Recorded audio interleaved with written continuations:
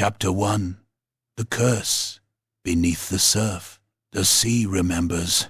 It rolls in dark waves beneath a swollen moon, bloated and bruised like a corpse left too long in the brine.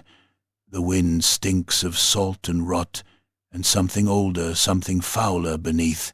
The coast is jagged here, a serrated jaw of black stone, broken teeth where shipwrecks snag and splinter. This is no place for the living. They call it the undead coast now. Once, before the sea turned sour, it bore another name, forgotten by men, feared by elves, and cursed by the dwarfs who once called it home. Blackwake Hold. They called it a fortress, hewn from obsidian cliffs, ringed in flame cannons and runic wards, a bastion of unbreakable stone built to watch the waters and keep the deep things at bay. But stone crumbles, wards fade, and the sea is patient. The last stand began in silence. A silence so thick, so absolute, it choked the screams before they could be born. Captain Thornrick Blackwake stood upon the parapets, axe in one hand, the other clenched tight around the haft of the Grudge hammer embedded in the stone beside him. His beard was streaked with soot and blood, his ruined armor scored and battered from hours of ceaseless battle. Below, the tide surged unnaturally high, clawing at the cliffs like a living thing. His eyes burned with something beyond rage, beyond grief. "Hold fast," he roared, though few remained to hear him. "Hold until your beard grows white in Valia's halls."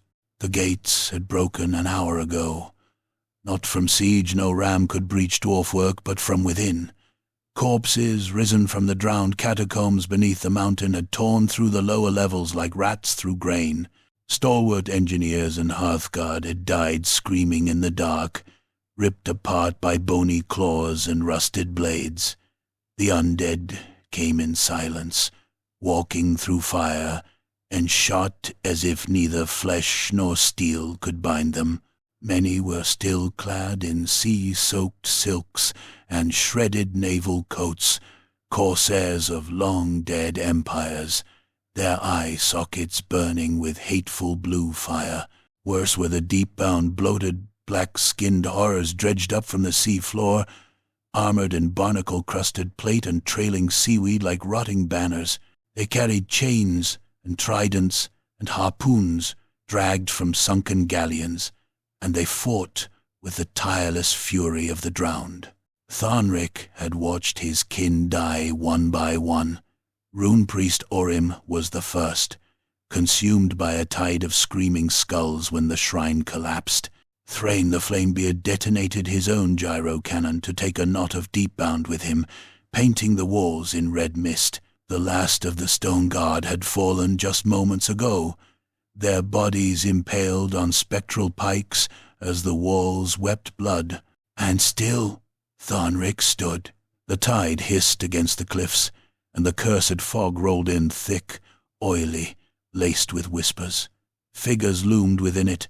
Hundreds, no, thousands. The fleet had come ashore.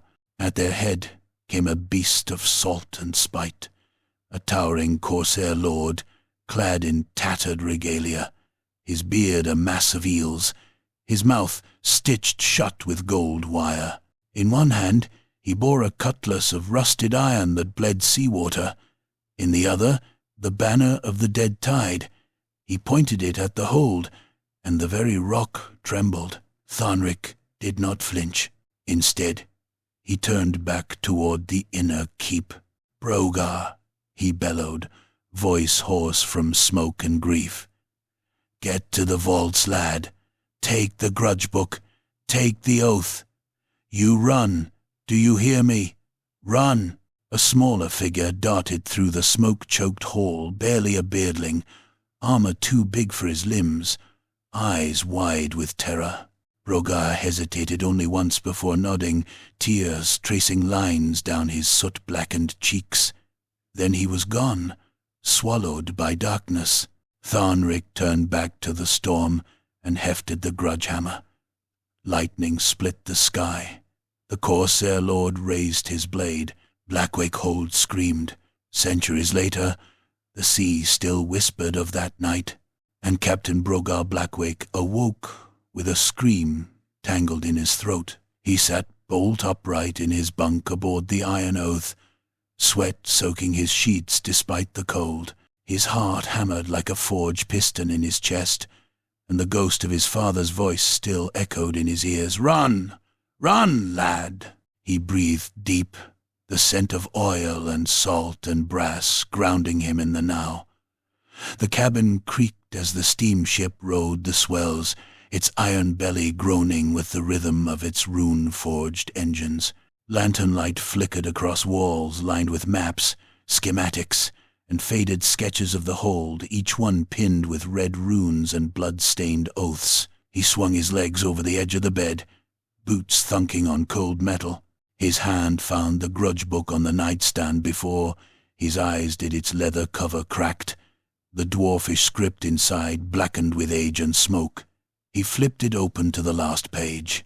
Blackwake Hold. Lost. Betrayed. Defiled. Beneath it, in Brogar's hand, oath-bound, reclaim, reforge, rebuy. He traced the runes with a callous thumb.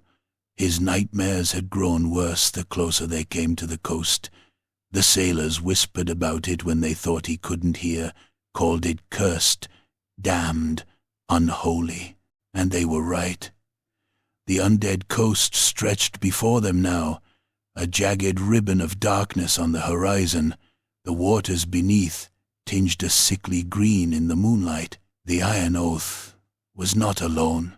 Flanking her in a loose formation were two more ironclads, the Hearthrath and the Forgefire, each a marvel of dwarfen steamcraft, plated in rune-etched iron and bristling with cannon ports and flame vents. Steam hissed from their stacks like dragons breathing in the cold night air. A soft knock broke his reverie. "Enter," Brogar growled. The door creaked open, revealing First Engineer Grundrak, his bald head slick with grease, beard tied in orderly braids. His eyes were ringed with black smudges from hours in the engine room. "Cap'n," he said, voice low, "we're in range. Scouts report wreckage ahead. Old ships, might be the outer fleet." Brogar stood, his frame broad and scarred from decades of war. He buckled on his breastplate, its surface engraved with the sigils of Clan Blackwake, a rising wave swallowing a skull. His axe, Oathcleaver, hung at his hip, the runes along its edge softly pulsing with azure light. "Sound the war horns," he said. "Full steam ahead. We make landfall at dawn." Grundrak hesitated. "Begging your pardon, Captain, but the crew, they're unsettled. Say they hear voices in the steam pipes, seen shapes in the mist." Brogar's expression didn't change. "Good. Let them be afraid. Let them remember why we're here." He turned to the small window and stared into the night. Far ahead, lightning danced above a jagged shoreline, illuminating twisted silhouettes, masts like gallows, ruins like broken teeth. The surf crashed endlessly against the cliffs, and in it, faint as a lullaby, came the sound of chanting. Dead men sing, dead men call, Blackwake waits, and dwarfs shall fall. Brogar closed his eyes. In the depths of his memory, his father screamed again, swallowed by flame and sea. He opened them. There was no room left for fear, only vengeance. Chapter 2. The Iron Revenants. Dawn never truly came upon the undead coast. The sun rose as a sickly smear of pallid light, strangled by fog and drifting ash. Its warmth leached away long before it could touch the iron hides of the steamships. The sea lay restless beneath them, swelling and recoiling like a wounded beast, its surface littered with the bones of ships long dead. Broken masts jutted from the water at crooked angles, their sails reduced to shrouds of kelp and rot. while figureheads stared blindly toward the horizon, gnawed smooth by centuries of tide and teeth. The iron revenants cut through this graveyard without slowing. Brogar Blackwake stood on the command deck of the Iron Oath, boots braced against the vibration of the engines. Steam pistons thundered below him, each stroke a heartbeat of iron and fire. The hull plates groaned as the ship ploughed onward, their rune-etched seams glowing faintly as they repelled the corrosive touch of the cursed sea. This was no mere vessel, it was a moving fortress, half warship, half tomb, forged for a voyage from which few expected to return. The crew assembled across the decks and galleries, dwarfs of every shape and scarred persuasion, bound together not by hope, but by oath. They were warriors first, veterans with notched axes and dented shields, their armor layered thick with soot and old blood. Some bore the sigils of fallen holds, clan runes crossed out and overwritten with fresh grudges. Others wore no heraldry at all, their pasts burned away in war or exile. Many had lost eyes, fingers, or limbs, replaced with crude iron augmetics, hissing pistons, grinding claws, rune-locked joints that clicked with every movement. These were not the honored hearthguard of the mountain realms. These were the unwanted, the broken, the damned. Among them moved the engineers, grim-faced and grease-stained, their beards bound with copper wire and brass rings. They tended to pressure gauges and room panels with the same reverence priests once gave to altars. Every valve hiss, every tremor in the deck was watched, measured, appeased. The engines were ancient and temperamental, their machine spirits quick to anger. More than one engineer bore burn scars where steam had flayed flesh from bone, reminders of past failures paid for in blood. Gyrocopter pilots hunched near their machines, hunched figures wrapped in leather and goggles, muttering to themselves as they checked rotors and fuel lines. The air around them stank of promethic fumes and old fear. Boarding marines sharpened hooks and chain axes, laughing too loudly, too harshly, as if daring the sea to hear them. And then there were the outcasts, dwarfs with shaved beards or brands burned into their foreheads, kinslayers, oath-breakers, disgraced nobles, failed runesmiths' souls who had nowhere left to go. They kept to the shadows, eyes downcast, but their hands never strayed far from their weapons. For them, this voyage was not vengeance, it was absolution. Brogar watched them all in silence. He knew every face, every scar. He had chosen them himself, one by one, from the dregs of ports and holds across the old world. No dwarf with a full life and an unbroken name would follow him here.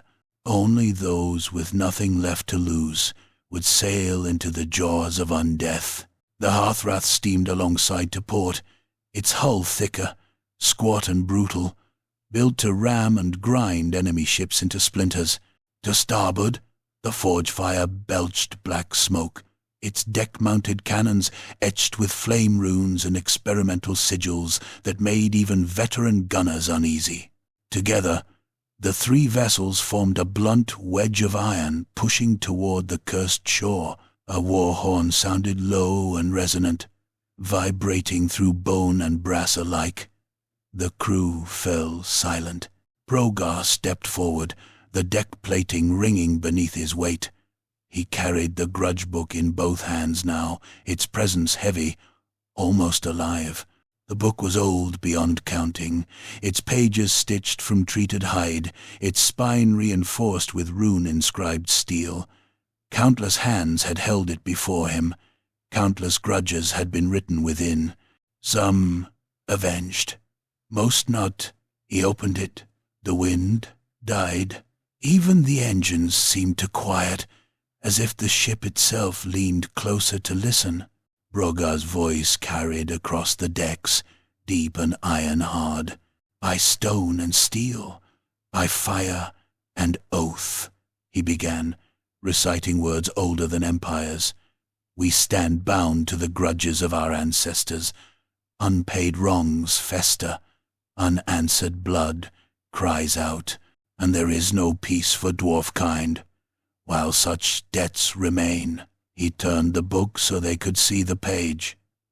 The ink was dark, almost black, the runes cut deep and sharp.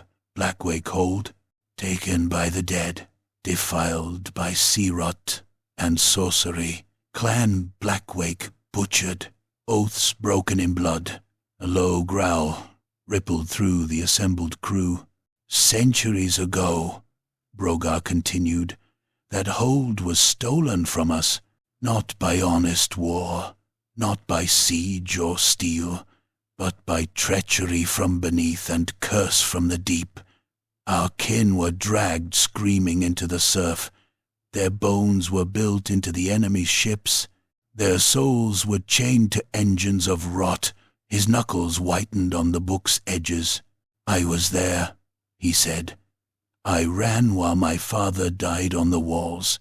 I have carried that shame across oceans and years, and I will carry it no longer. He slammed the Grudge book shut. The sound echoed like a gunshot. We sailed to Blackwake Hold. We burn the undead fleet from the water. We reclaim the stone with fire and rune, or we die upon it, our blood sealing the debt. Silence followed, heavy, expectant. Then one dwarf stepped forward.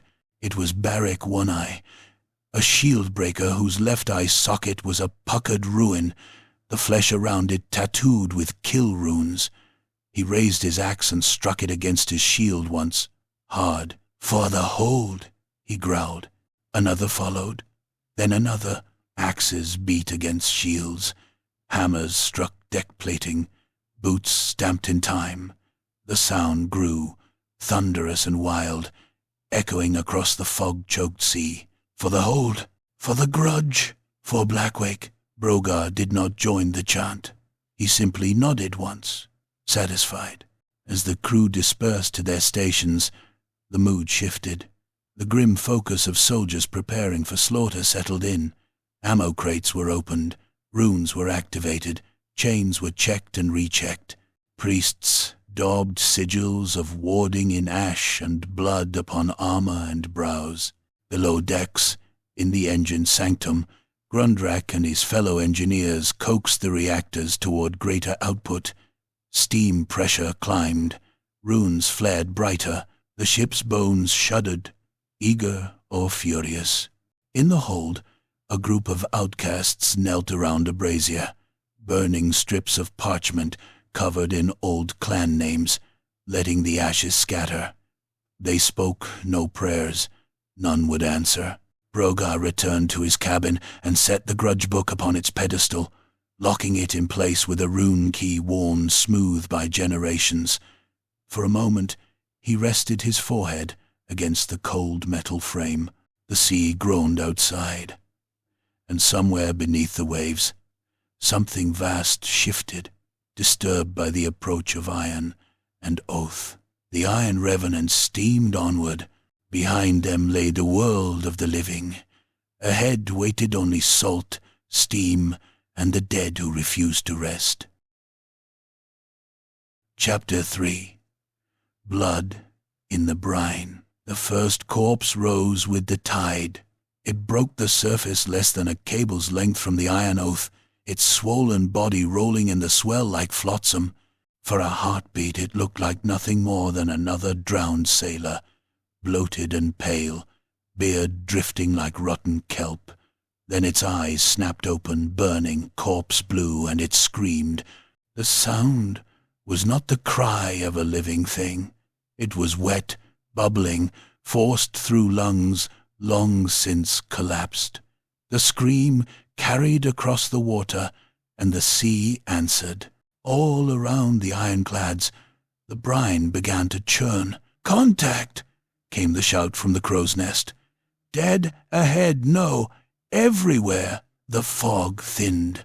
as if pulled apart by invisible hands, revealing the fleet.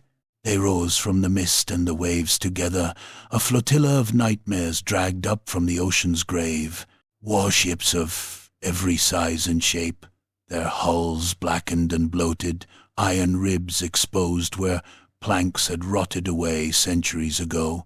Barnacles encrusted them so thickly that their decks looked paved in bone-white stone.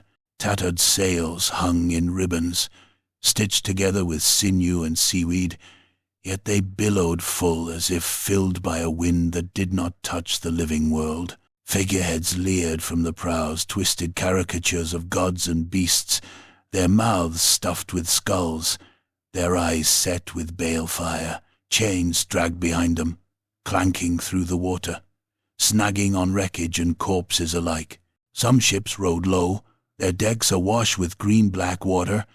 Others seemed to float too high, buoyed by unnatural force rather than air, and upon them stood the crews, bloated corsairs in rusted armor, flesh sloughing from bone, their limbs swollen and split where pressure and rot had done their work. Some still wore fragments of finery, gold earrings tangled in beard hair, silken sashes fused to decayed torsos. Others were little more than skeletons wrapped in rags, held together by necromantic spite and iron rivets hammered through bone. Their weapons dripped seawater and filth, cutlasses notched and jagged, boarding pikes crusted with coral, harpoons barbed with hooked teeth. Among them lurked worse shapes, hunched things that scuttled along the hulls and rigging, half dwarf, half fish, their mouths too wide and their eyes glassy and unblinking.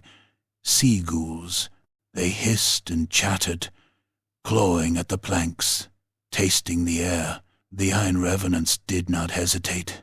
"Full broadside!" Brogar roared, his voice amplified by speaking runes set into the command deck. "Gunners, burn them from the water!" Runes flared along the Iron Oath's hull. Cannon ports slammed open with hydraulic force, and the first volley thundered out. Flame and iron screamed across the water, smashing into the leading undead ships. One hull burst apart in a shower of rotten timber and bone, bodies hurled skyward like broken dolls.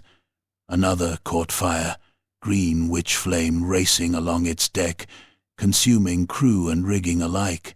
The Hearthrath rammed forward, its reinforced prow crashing into an enemy vessel with the sound of mountains colliding. The impact shattered both hulls, and the undead ship folded inward, dragged under by its own weight. Corpses spilled into the water, thrashing and clawing as they sank, only to rise again moments later, dragged upward by chains and magic. The forge fire unleashed experimental shells that burst into spinning halos of incandescent runes. Where they struck, the sea boiled. Undead were torn apart, their bodies shredded into slurry, yet even then some pieces twitched, fingers crawling across the water's surface. The enemy answered. Cannon fire boomed from the dead fleet, but their guns spat more than iron. Cursed shots streaked through the fog, cannonballs wrapped in screaming faces, chains that writhed mid-flight, globes of compressed corpse gas that burst on impact. One such shell struck the forge fire's aft deck, exploding in a cloud of green vapor. Dwarfs caught within screamed as their armor rusted away in seconds, flesh sloughing from bone as if boiled. "Boarders!" came the cry. Hooks bit into the Iron Oath's hull, chains snapping taut as undead swarmed across them. Brogar drew Oathcleaver and waded into the melee. The axe bit deep, splitting skulls and cleaving torsos, spraying blackened gore across the deck. Each swing was fueled by centuries of hate. Undead corsairs fell, only to be trampled by their fellows, hacked apart again and again, until nothing remained but fragments. Sea-ghouls poured over the railings, shrieking, their claws raking armor and flesh alike. One leapt at Brogar, jaws snapping, He caught it mid-air and smashed it against the deck, pulping its skull beneath his boot. Another latched onto his arm, teeth scraping sparks from rune-etched plate before he tore it free and hurled it screaming into the sea. The battle spread across all 3 ships, a chaotic knot of iron, fire, and rotting flesh. Steam hissed, alarms rang, blood mixed with brine, turning the deck slick beneath boot and claw. Then the Hearthrath screamed. It was a sound no ship should ever make, a tortured shriek of tearing metal and failing runes. Brogar turned just in time to see it. The sea beneath the Hearthrath split open. Something vast surged upward, a living wall of water and flesh. A knot of undead ships had sacrificed themselves, diving beneath the waves, their chains tangled together. They erupted upward as one, their combined weight slamming into the Hearthrath's underside. Hooks and harpoons fired at point-blank range, biting deep into the hull. Sea-ghouls swarmed like ants, clawing into seams, prying plates loose.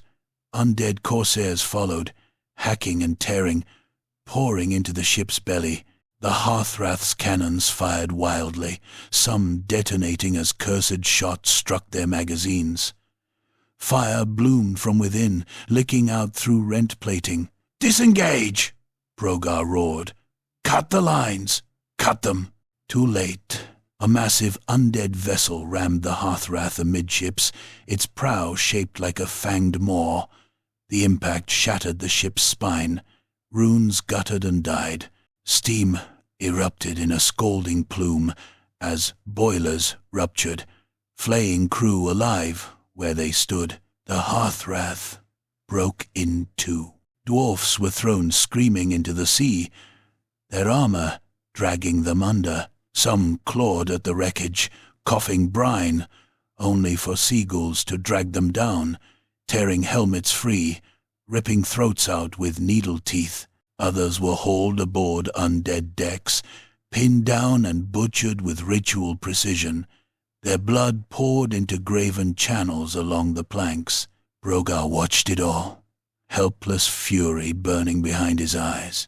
"Bring us about," he bellowed. "We're not leaving them." Grundrak grabbed him, dragging him back from the rail as a cursed shot screamed past where his head had been. "Captain, she's gone. We stay.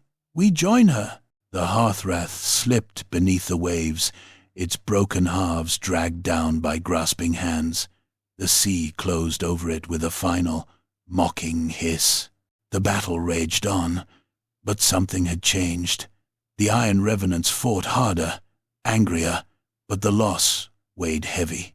When the undead fleet finally broke what remained of it, sinking or fleeing back into the fog, the water was choked with wreckage and bodies. Silence fell, broken only by the hiss of cooling metal and the distant cries of the dying. Brogar stood amid the carnage, chest heaving, armor slick with gore. He looked out over the water where the Hearthrath had vanished. No wreckage surfaced, no survivors. Slowly, he turned and walked back to his cabin. He took the Grudge book from its pedestal and opened it with shaking hands. The pages seemed to drink in the lantern light. Hungry, one by one, he inscribed the names of the fallen, every crewman of the Hearthrath, from captain to stoker. His script was deep and brutal, each rune carved with the point of a blade rather than a pen, blood beading along the grooves. When he finished, his hands were slick and his breath ragged. "So sworn," he whispered, "so owed." Outside, beneath the blood-churned brine, the dead stirred once more. Chapter 4. The Isle of Screams. They reached the island 2 days after the loss of the Hearthrath, her memory still heavy in the hearts of the survivors. Black smoke trailed from the forge fire's rear chimneys, an oily pall cast over the churning grey sea. Salt clung to the skin like plague rot. Few slept. None spoke unless they had to. The island loomed out of the mist like a rotten tooth. It was called many things in the fragmented maps Brogar kept locked away in his quarters: Isle Veloch, Sister's Grief, Skrolliger's Fall, but among sailors and smugglers it had earned a simpler, more honest name: the Isle of Screams. They dropped anchor offshore, steam hawsers locking into rusted coral outcrops that clawed from the sea like skeletal fingers. The sky was a sulphurous grey, streaked with sickly green where the clouds boiled unnaturally, and even the sunlight here seemed reluctant to fall. The island itself was a swollen, jungle-choked mound, ringed with black cliffs and gullies of ash. Vines like entrails spilled down the sides, and the trees grew too close together, their twisted trunks straining against each other like corpses fighting in a mass grave. No birds sang, no wind blew, and yet, from somewhere deep within the tangled green, the faintest sound carried on the mist. A scream. Long, thin, almost human. Brogar's boots hit the beach first. He stepped onto the ashen shore with Oathcleaver strapped to his back, a torch in one hand and a rune-banded blunderbuss slung across his chest. His armor still bore the gouges and burns of the last battle, but he had refused repair. Let it show. Let the rust remember. Behind him came a detachment of 20 mostly veterans, a few younger faces who hadn't yet seen what the sea could do to a soul. They moved in tight formation, eyes scanning the tree line, boots crunching over shards of driftwood and old bones. The scouts said there were ruins, Grundrak muttered beside him. The engineer's mechanical arm hissed faintly as he adjusted his grip on his shock hammer. Shipwrecks may be salvageable. Rainwater too, if we can stomach it. Brogar nodded once. The jungle swallowed them whole within minutes. There was no path, only a slithering route between roots and vines that coiled like veins. The air stank fetid and wet, tinged with coppery sweetness, like rotting fruit fermenting in blood. Insects whined at the edges of perception, and shapes moved in the trees never quite seen, never quite gone. They passed the first wreck just before dusk, a galleon, shattered in half and driven high onto a cliffside. Its hull had fused into the stone over centuries, as though the island had begun digesting it. The masts were gone, and the deck was carpeted in moss and lichen. Half a dozen skeletons still hung from the rigging, bound by iron chains rusted black. Some of them were moving barely, fingers twitching, jaws working in silent curses. The dwarfs lit them aflame without a word and moved on. Further in, the jungle gave way to a clearing. It was not natural. Dozens of ships lay here, in every direction, piled upon one another like toys discarded by a careless god. Hulks from a dozen navies dwarf, manling, even the high-finned curves of elven corsair vessels, each one warped, split, gutted. Time had not simply weathered them, it had eaten them. Planks bowed in impossible angles, cannons wept thick black resin from shattered muzzles, sails twitched without wind, and among the wrecks moved the banshees. They floated above the decks and between the shattered hulls like mournful ghosts, their forms barely visible save for a shimmer of rotted lace and bone-white veils. Their faces were not faces, only stretched masks of agony, mouths opened wide enough to split their skulls, eyes that burned with hate too ancient to name. Their wails came and went with the wind, each one like a blade across the soul. The dwarfs stopped dead. One of the younger crew, Hadric, barely past his 50th year, stared too long. He dropped his axe and fell to his knees, eyes wide, mouth moving without sound. Blood leaked from his ears. He began to whisper low, frantic murmurs, words in a language no dwarf was ever meant to speak. His beard shook. His body began to tremble. Brogar moved like lightning. He drove Oathcleaver into Hadric's neck in one brutal, clean stroke. The axe split the spine and buried deep into the clavicle. The young dwarf's body went still, then toppled sideways, eyes still staring skyward, locked in whatever vision had broken his mind. The others said nothing. Brogar yanked the axe free and wiped it on a moss-covered skull at his feet. "No screaming," he said. "Not here." The banshees turned toward the noise. One shrieked. The sound hit like a hammer. Armor plates rattled. Ears bled. Grundrak fell to one knee, clutching his face, mechanical fingers sparking as they spasmed. Several dwarfs screamed short, pained sounds before they could clamp hands over their mouths. The banshees surged. Brogar shouted orders through clenched teeth. "Wards up! Cover your ears! Light the runes!" The engineers snapped open sealed cases, yanking forth flares of magnesium-bright witchlight. Runes etched into the casings flared white-blue, casting the clearing in brutal daylight. The banshees recoiled, shrieking louder, their forms flickering like smoke in a hurricane. Crossbows sang. Bolts tipped with silver and obsidian whistled through the air, striking banshees mid-flight. Some vanished in bursts of sound and light, others shattered like porcelain. But more came, drawn by the noise. The dwarfs retreated in formation, shoulder to shoulder, firing in disciplined bursts. Firebombs fell among the wrecks, igniting rotting sails and cargoes of black powder. Smoke thickened. The banshees howled in fury.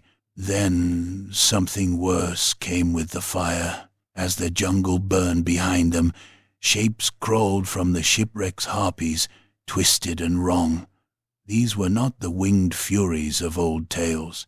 These had been dwarfs once, or what might have once worn dwarf flesh. Their wings were skin stretched over exposed bone. Their faces were eyeless, their mouths filled with rows of needled teeth. Runes branded into their flesh glowed with sickly green fire. Some still wore remnants of armor, fused into their bodies like carapace. They screamed, but not with their mouths, with the air around them. The very space vibrated with their hate, their flight carving rents in the smoke like wounds in the sky. The dwarfs fought like trapped animals. Axes met claws. Blades sparked against talons. One harpy tore a warrior in half at the waist, then exploded in a flash of cursed energy when his death-triggered rune detonated. Another impaled itself on Grundrak's hammer, only to gnaw at his shoulder with broken teeth even as its spine shattered.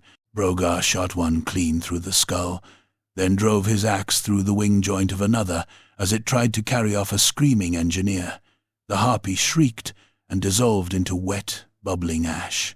When the last of them fell, the clearing was drenched in blood and oil. Fires crackled. Trees moaned as they died. The banshees had retreated into the mist, and the harpies lay broken among the wreckage. 8 dwarfs had fallen, 1 executed. The rest bore wounds that would fester and scar. They dragged the bodies back through the jungle without speaking. Brogar carried Hadric's corpse himself. Night fell before they reached the ships. They returned with barrels of foul-tasting water, salvaged iron, and a few canisters of preserved powder. Not much, not enough, but they left behind pyres that burned deep into the dark columns of smoke that rose into the bruised sky like black prayers. In his cabin, Brogar sat in silence for a long time. The Grudge book lay open before him. He dipped his pen in fresh blood his own and wrote, "Hadric Stonevine, whisper taken, mercy given." Then, with a second breath, he added the others. Each name was a wound, a memory, a debt. He carved them deep, and when he was done, he closed the book with a snap. Outside, on the sea wind, came a whisper, laughter, and screaming. Chapter sank, cannon fire, claw. The sea grew quiet in the hours before the trap was sprung. Not calm, never calm upon the undead coast, but watchful, as if the water itself had drawn a breath and held it. The fog lay low and thick, dragging long fingers across the iron hulls of the surviving ships. Steam hissed softly from pressure vents, muffled and restrained, like growls choked back in the throat. Brogar Blackwake stood hunched over the chart table in the Iron Oath's command sanctum, its surface littered with brass markers, rune slates, and oil-stained schematics. Lantern light flickered across his scarred face as he adjusted a marker with a thick finger, aligning it with a narrowed channel between two reef lines, shaped like broken fangs. "This is where they'll come," he said, voice low and iron flat. "They always do." Grundrak leaned over the table beside him, mechanical arm clicking softly as he traced the channel. "Aye, the current funnels ships straight through. Any captain with half a brain would take it to avoid the reefs." Brogar snorted. "Good thing we're dealing with captains who don't have brains anymore." The plan was brutal in its simplicity, and brutally dwarfen. Steam mines, heavy iron spheres etched with pressure runes and packed with alchemical fire, had been deployed throughout the channel during the night, lowered carefully from longboats crewed by volunteers who knew the odds and took them anyway. Each mine was anchored just beneath the surface, invisible in the murk, their rune cores slumbering, waiting for the telltale displacement of cursed hulls. Above, gyrocopters hovered low in the fog, their rotors turning slow and silent, pilots wrapped in cloaks, soaked with alchemical dampener to mask heat and sound. Each carried racks of depth charges and flare bombs, their payloads tuned to disrupt necromantic bindings rather than mere flesh. The Iron Oath and Forge Fire lay in wait beyond the channel's mouth, guns runed and loaded, crews tense and silent at their stations. Every dwarf aboard knew this would be a decisive engagement. Either the undead fleet would be broken here, or they would break what remained of the Iron Revenants. The first sign came not with sound, but with cold. A creeping chill slid across the decks, frosting metal and beard alike. Lantern flames guttered blue. The sea began to glow faintly, ghost light rippling beneath the surface like phosphorescent blood. "They're coming," Grundrak muttered. The fog parted. Out of it sailed the ghost pirates. Their ships were not like the bloated hulks encountered before. These were sleek, predatory things, their hulls translucent as if carved from moonlight and bone. Tattered sails glimmered with spectral light, filled by a wind that howled only in the minds of the living.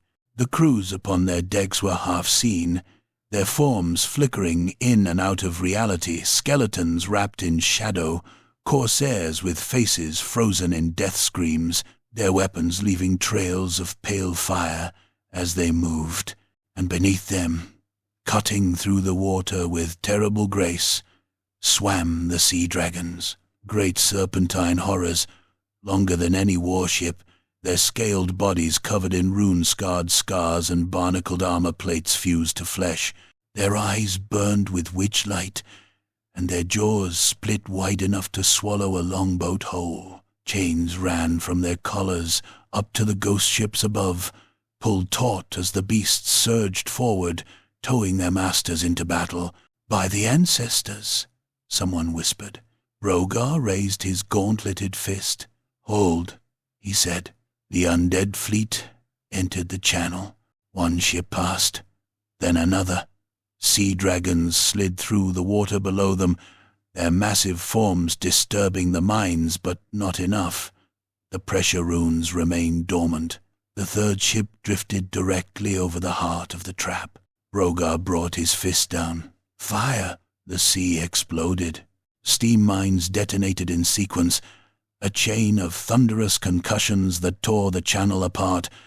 Columns of superheated water and flame erupted skyward, hurling ghost ships into the air like shattered toys. One sea dragon was blown clean in half, its upper body flung onto the reef where it writhed and screamed, its voice echoing inside skulls rather than ears. The gyrocopters swooped. Depth charges fell, punching into the water before detonating in bursts of rune light. Necromantic bindings snapped like rotten rope. Ghost ships flickered, their forms destabilizing. Crews screaming as they were torn apart by forces that did not recognize death. "Broadside," Brogar roared. The Iron Oath and Forge Fire surged forward, engines screaming as they cleared the channel mouth. Cannon fire thundered, runed shot ripping through spectral hulls, tearing holes that bled cold light and shrieking souls. Flame cannons roared, washing decks in alchemical fire that burned ghost flesh as readily as wood. The undead answered with fury. Ghostly cannons fired soundless volleys that struck like hammer blows, punching dents into iron plating and flinging dwarfs from their feet. One such shot slammed into the Forge Fire's starboard flank, collapsing a gun deck and burying a dozen gunners beneath twisted metal and screaming steam. Sea dragons surged toward the ships, undeterred by wounds that would have slain any living beast. One reared up alongside the Iron Oath, its claws gouging deep furrows into the hull as it tried to climb aboard. Brogar ran to the rail and hurled a rune grenade into its open maw.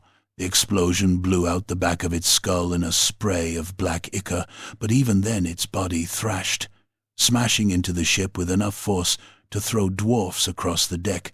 Boarding hooks bit again. Ghost pirates poured across the chains, moving with impossible speed.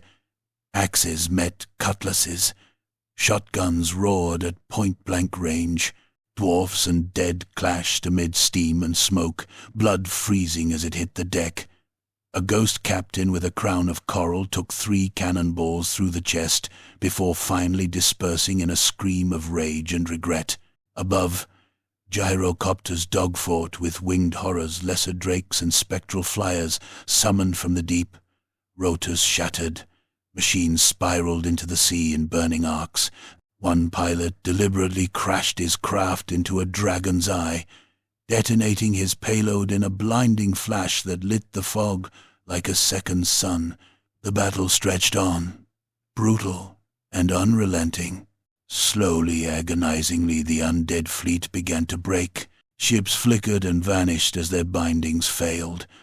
Sea dragons, wounded beyond what even necromancy could sustain, sank back into the depths, their deaths sending ripples of anguish through the water. The channel became a grave once more, choked with wreckage and glowing debris. At last, silence fell. The fog closed in again, swallowing the last echoes of battle. The sea steamed where fire met brine, and the wreckage drifted aimlessly, bumping against iron hulls and shattered reefs. The Iron Revenants had won, but victory tasted like ash. The Forge Fire limped forward, her engines coughing and uneven. One of her smokestacks had collapsed entirely. Fires burned uncontrolled on her mid-deck, and wounded dwarfs lay everywhere, groaning or silent beneath blood-soaked blankets. Of the gyrocopters, less than half returned. Some limped back trailing smoke. Others did not return at all. Brogar stood amid the wreckage-strewn deck of the Iron Oath, helm under his arm, staring out at the water where so many had died. Grundrak approached slowly, his mechanical arm bent and sparking, one eye swollen shut. "Casualty report," he said hoarsely. 37 dead, twice that wounded. We've lost 3 engineers and Rune Priest Dromley." Brogar closed his eyes at the last name. "Write them down," he said. Later, in his cabin, he opened the Grudge book once more. The pages were running out of room. He wrote until his hands shook, carving each name with ritual precision. Each stroke was a promise, each rune a wound reopened. When he finished, he did not close the book at once. He stared at the inked names, at the growing weight of unpaid blood. Outside, the sea rolled on. indifferent and eternal. Somewhere ahead, Blackwake Hold waited, and the dead were not finished yet. Chapter 6. The Engineer's Sin. Night pressed down like a lid of black iron, the stars veiled behind a sickly sky. No moon dared shine above the undead coast, as though the heavens themselves could not bear to look upon what festered below. The sea, still reeling from the battle, heaved and steamed with death. On the iron oath, the wounded groaned beneath rough blankets, tended by grim-faced engineers and blood-slicked surgeons whose hands shook from exhaustion. Broken machinery was hoisted from the lower decks in clanging bundles, the guts of the ship laid bare. Black smoke belched intermittently from the stacks, coughing like a dying beast. The forge fire floated nearby, a scarred silhouette in the mist, her prow gouged and splintered, her banners torn and trailing ash. The fleet was bleeding. Inside the captain's sanctum, Brogar Blackwake stared at the war table, the Grudge book open and bloodied beside him. The candlelight caught on his worn features, hollowed cheeks, eyes rimmed in red, jaw clenched so tightly the bones threatened to crack. His hands trembled, but not from fear, from rage. Grundrak stood nearby, stripped of his heavy coat, chestplate dented, oil streaked across his bald scalp like war paint. He was the only one who still dared speak plainly to Brogar. "The fleet needs rest," Grundrak said. "2 more days, at least, maybe 3. Brogar didn't answer. "We need to reinforce the boiler casings, recalibrate the primary vents, and gods damn it, we need to bury the dead properly, or we'll have ghosts among the gun crews." Still, no answer. Grundrak sighed and stepped closer. "You've led us well, Brogar. By Grimnir's axe, I've followed you through blood and fire, but we're not ready for another assault. You saw what those sea dragons did to us. We attack tomorrow." The words dropped like an anvil. Grundrak went still. Then, slowly, he stepped around the war table and looked down at the crude charcoal sketch that lay at its center, a topographic rendering of Blackwake Hold, drawn from memory and desperation.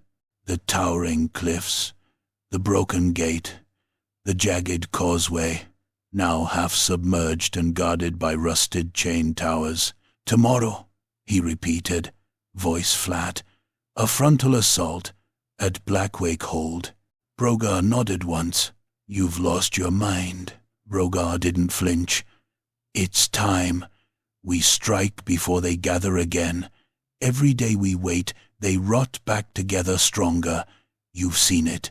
Grundrak's mechanical hand clenched hard enough to whine. "And we've bled. Badly. Half your gyrocopters are scrap. We've got more wounded than hail. And we just buried a rune priest and 1/4 of our engineers in the sea." They knew the price. Grundrak's one good eye narrowed. "Did they?" Silence settled, the kind that hums behind the eyes. Outside, a bell tolled softly, half-melted bronze marking the second watch. Brogar's voice, when it came, was quiet. "I fled once." Grundrak blinked.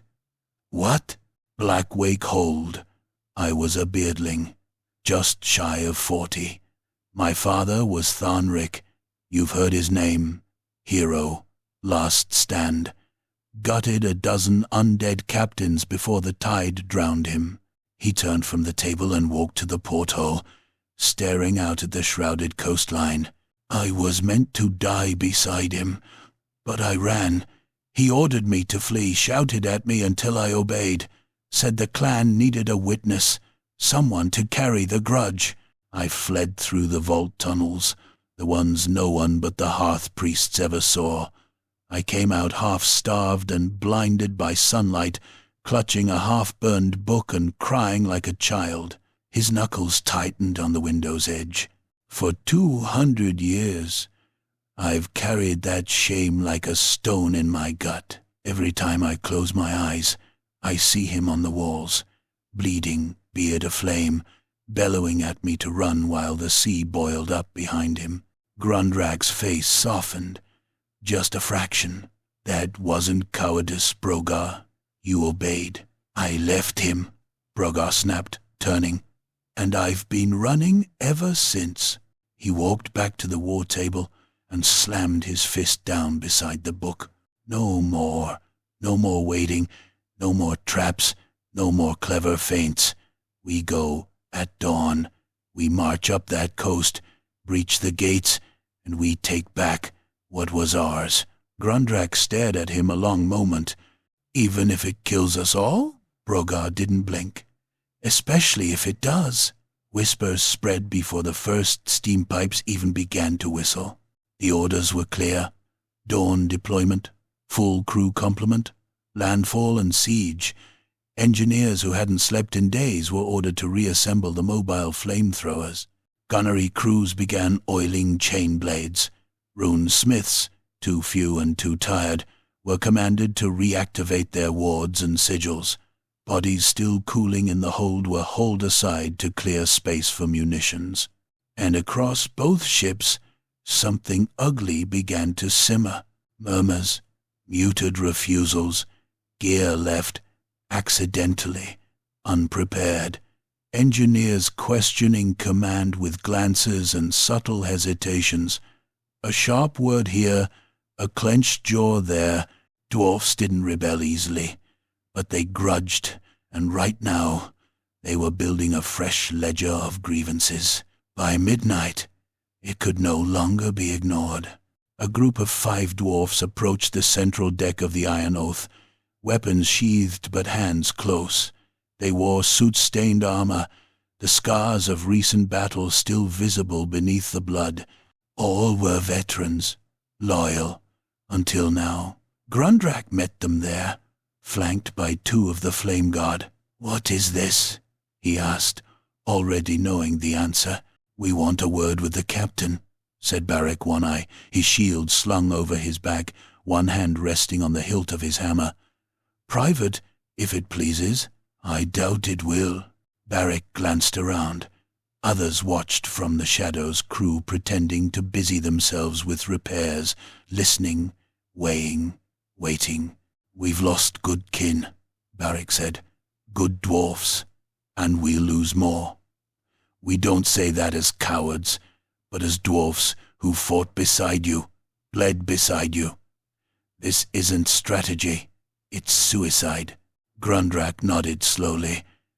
"And you mean to convince him of this?" Barak's face hardened. Or remove him." The words dropped like anvils. Silence. Then Brogar's voice came from the stairwell. "No need." He descended into view, armor half-buckled, axe in one hand, the Grudge book in the other. His presence carved silence into the air. Barak stepped back, subtly. The others stiffened. Brogar stopped in front of them and opened the book. "I've recorded every name lost to this voyage, every beard torn from the world by rot and salt and flame. Your names aren't in here." Barak's mouth worked. "We're not traitors, but I will write them," Brogar growled. "If you stand in the way of this assault, I will brand you kinless. Cowards. I will carve the runes myself while your corpses cool." No one moved. "Make your choice," Brogar said, eyes locked on each of them in turn. "But know this, I'm going, with or without you." Barak looked away. The others followed suit. Brogar turned and walked back into the shadows. Grundrak followed a moment later, catching up as the captain returned to his cabin. "That was a mistake," Grundrak said. "Maybe," Brogar muttered. "But I'll not have this fall to rot again because we hesitated." He sat down, pulled open the Grudge book, and dipped his pen in blood once more. The candle light flickered. Outside, in the distance, faint and terrible, the horns of Blackwake Hold sounded. They were not calls to arms. They were welcomes. Chapter 7. Luthor's Whisper. They caught it screaming. The thing had crawled up from the sea during the night, dragged itself across the iron hull of the forge fire on broken fingers and will alone. It had been a corsair once, or something that wore the shape of one. Its legs were gone, severed at the hips and gnawed smooth by teeth and tide. Barnacles crusted its ribs. One arm ended in a rusted hook fused directly into the bone. The other still bore remnants of rotted muscle, the fingers twitching as if remembering how to grip a blade. The alarm horn had sounded. Crossbows snapped. The creature took 3 bolts through the chest and still tried to crawl forward, jaws clacking, water pouring endlessly from its mouth. They pinned it with chains, drove iron spikes through its shoulders and skull, and hauled it into the lower sanctum of the Iron Oath, where the engine's thrum made the walls sweat and the air tasted of oil and heat. Rune words flared to life, etched circles locking it in place. Steam hissed. Lanterns were lit. Only then did it laugh. The sound crawled along the walls, wet and wrong, echoing from places it should not. The corsair's jaw hung at an impossible angle, teeth blackened and broken, yet the laughter was clear, mocking, amused. Brogar Blackwake stood before it, axe resting across his shoulders, eyes like chips of cold iron. "Kill it," Barak One-Eye muttered from behind him. "Nothing good comes from letting these things talk." The creature's head twitched. "Oh, but I have so much to say." The voice did not belong to the corpse. It was smooth, cultured, carried the faint lilt of distant coasts and drowned empires. It slid into the ear like silk dragged across a blade. The chamber went still. Grundrak swore under his breath. "That's not—" "I know," Brogar said. His jaw tightened. "Bind it tighter." The rune priests, what few remained, began chanting, their voices strained. Runes flared brighter, searing into the creature's flesh. It hissed, spasmed, then smiled. The mouth did not move. "You've come a long way, little heir." The name was spoken with relish. "Blackwake." Brogar's fingers flexed on the haft of Oathcleaver. "Speak plain," he growled, and quickly. A low chuckle echoed from the corpse's hollow chest. "Still so angry, still pretending this is about stone and steel, about a hold." The creature's head lolled to one side, its dead eyes fixing on Brogar. "It isn't." The temperature dropped. Frost crept along the metal floor. Lantern flames guttered. "I know your father," the voice continued. "Tharnrik Blackwake, a stubborn old bull, wouldn't bend, wouldn't kneel, wouldn't listen when the tide came calling." Brogar stepped forward so abruptly that Barak had to grab his arm. "You do not speak his name." "Oh, but I do. I spoke it as he bled out on the stones.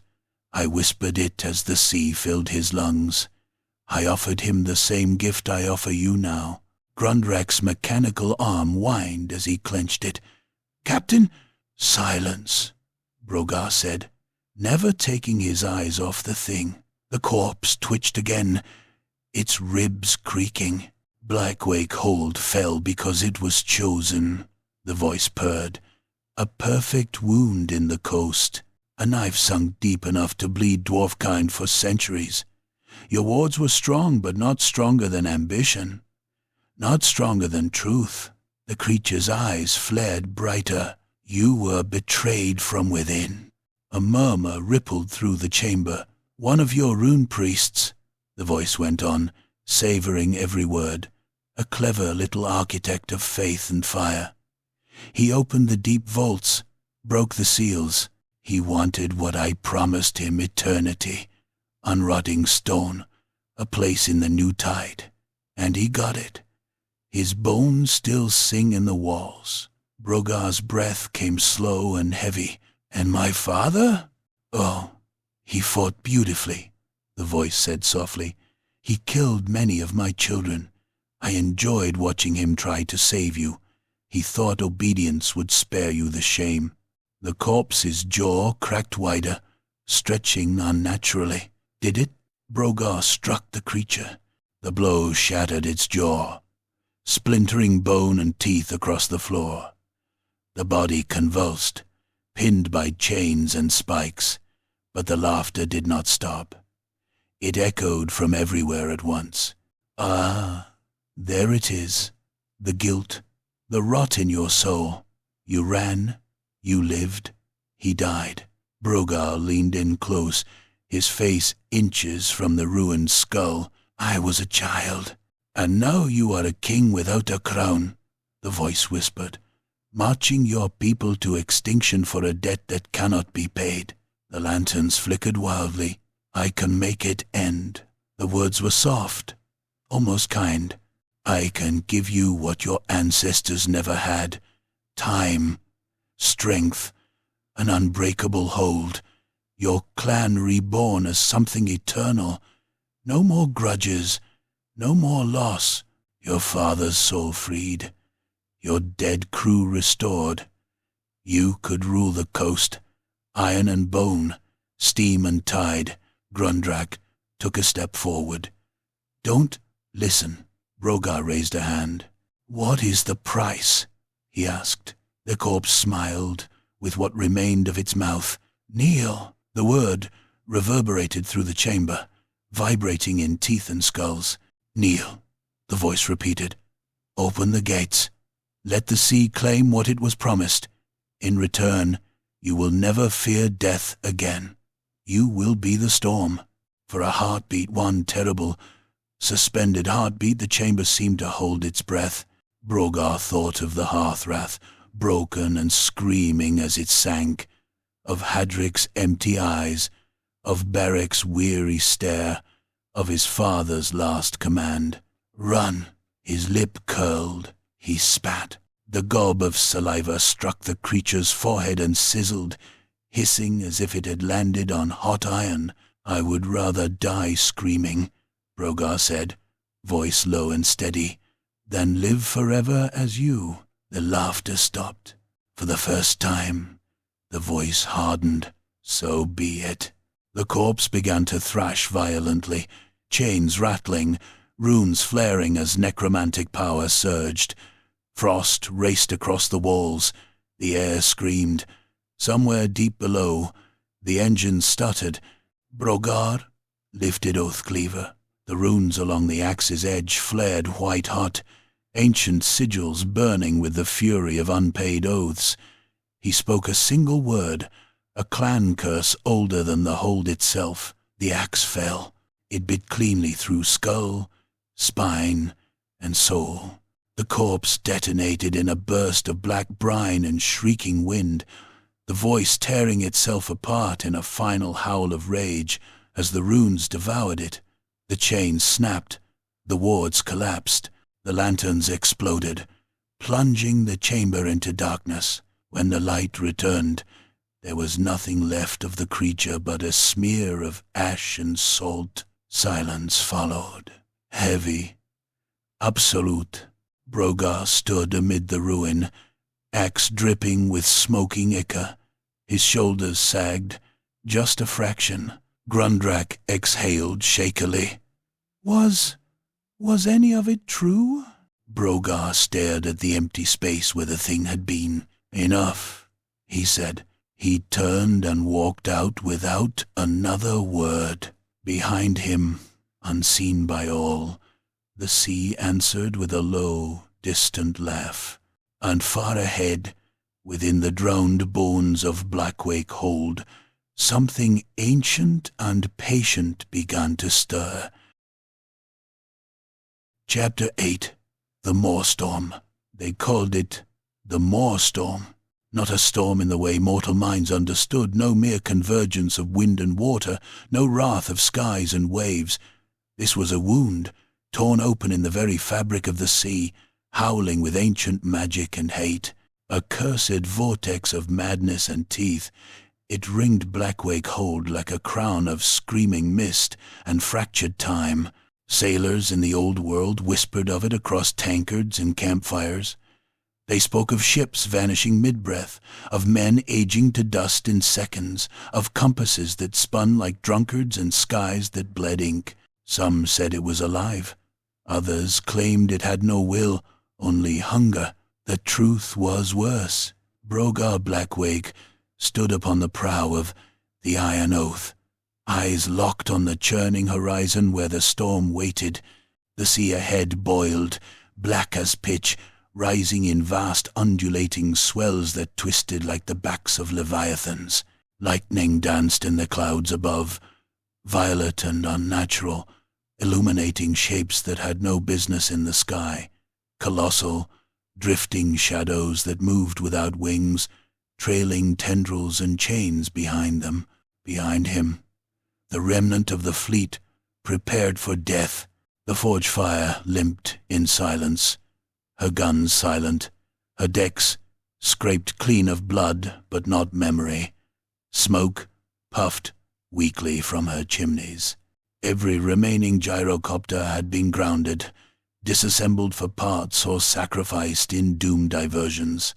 The dwarfs knew what waited beyond the mist. They had heard the stories. They had seen what the undead fleet could do. But this was different. This was final. The wind shifted, and with it came the first taste. Not salt, not sea, but ash. Brogar clenched the railing. His armor, dented and burned from battle after battle, hissed with the damp.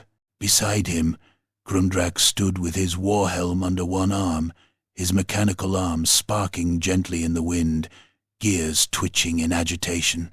He glanced toward the storm, then toward Brogar. "We could turn back," he said, not as a suggestion, but a marker of finality. Brogar didn't reply. He lifted the speaking horn and addressed both ships. "This is it," he said. "Beyond that storm is Blackwake Hold, the place they stole from us, the graves of our kin, the last breath of everything we ever were." The wind howled, tugging at his cloak. "If we fall here, we fall with axes in hand, not knives in our backs. If the sea takes us, let it take our oaths with us. But I will not turn away." A silence answered him.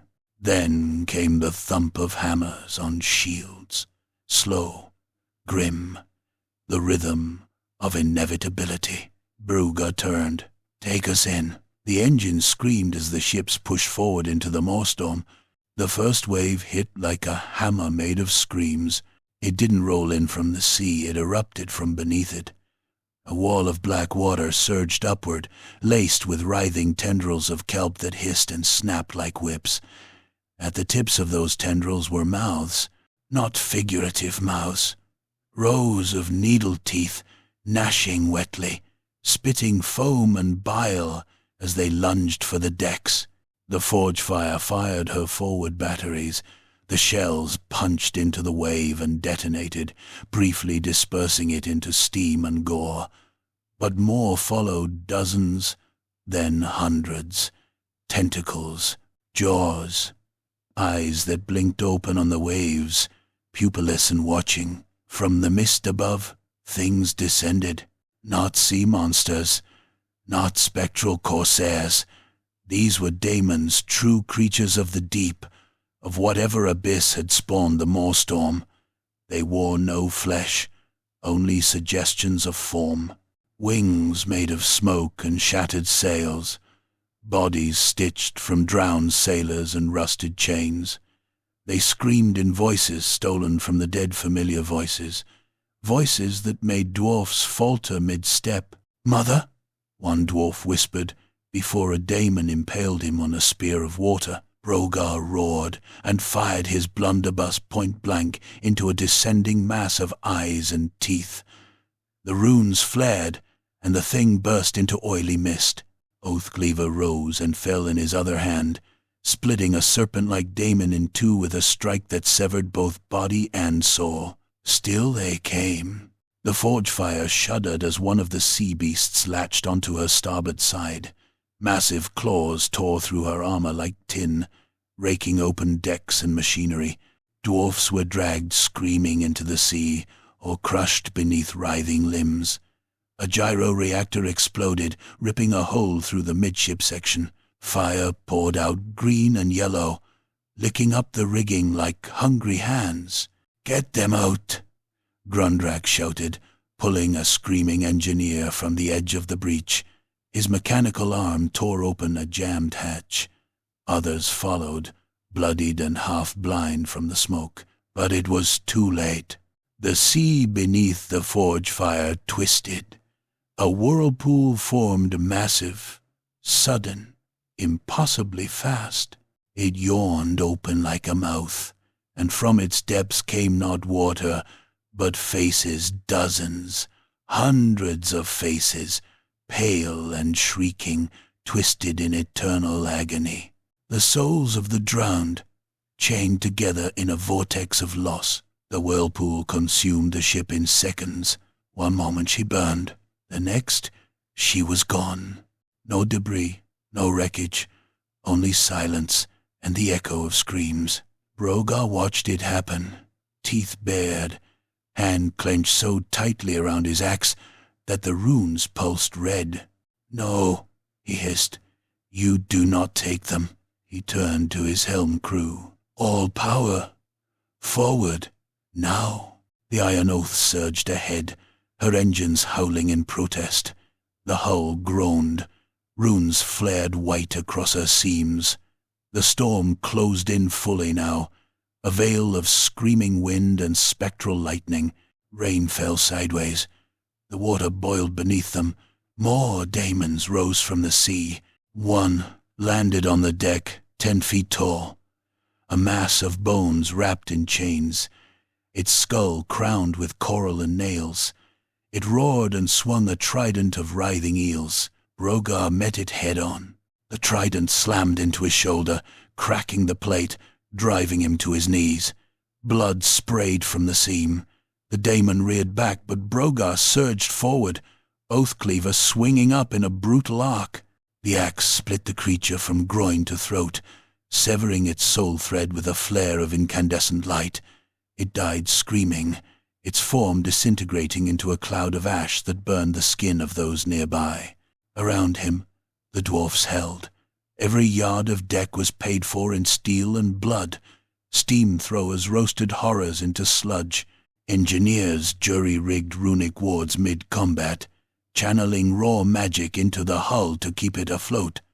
The storm tried to tear them apart, to swallow them, but they did not break. They endured. Finally, the storm began to lessen. Not stop, not retreat, but lessen. The screams faded into wind. The whirlpools sealed. The daemons fled, their bodies unraveling like torn sails. The water calmed just enough to feel the absence. The moorstorm had passed. Blackwake Hold loomed ahead.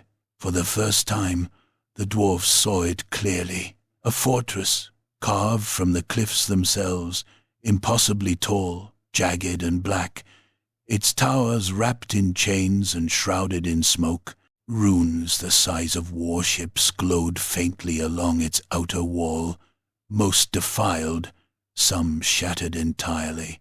Its gates were broken, hanging open like a jaw, and from within spilled the sickly green light of necromancy made manifest. Brogar stood at the prow, his armor cracked and smoking, blood drying on his skin.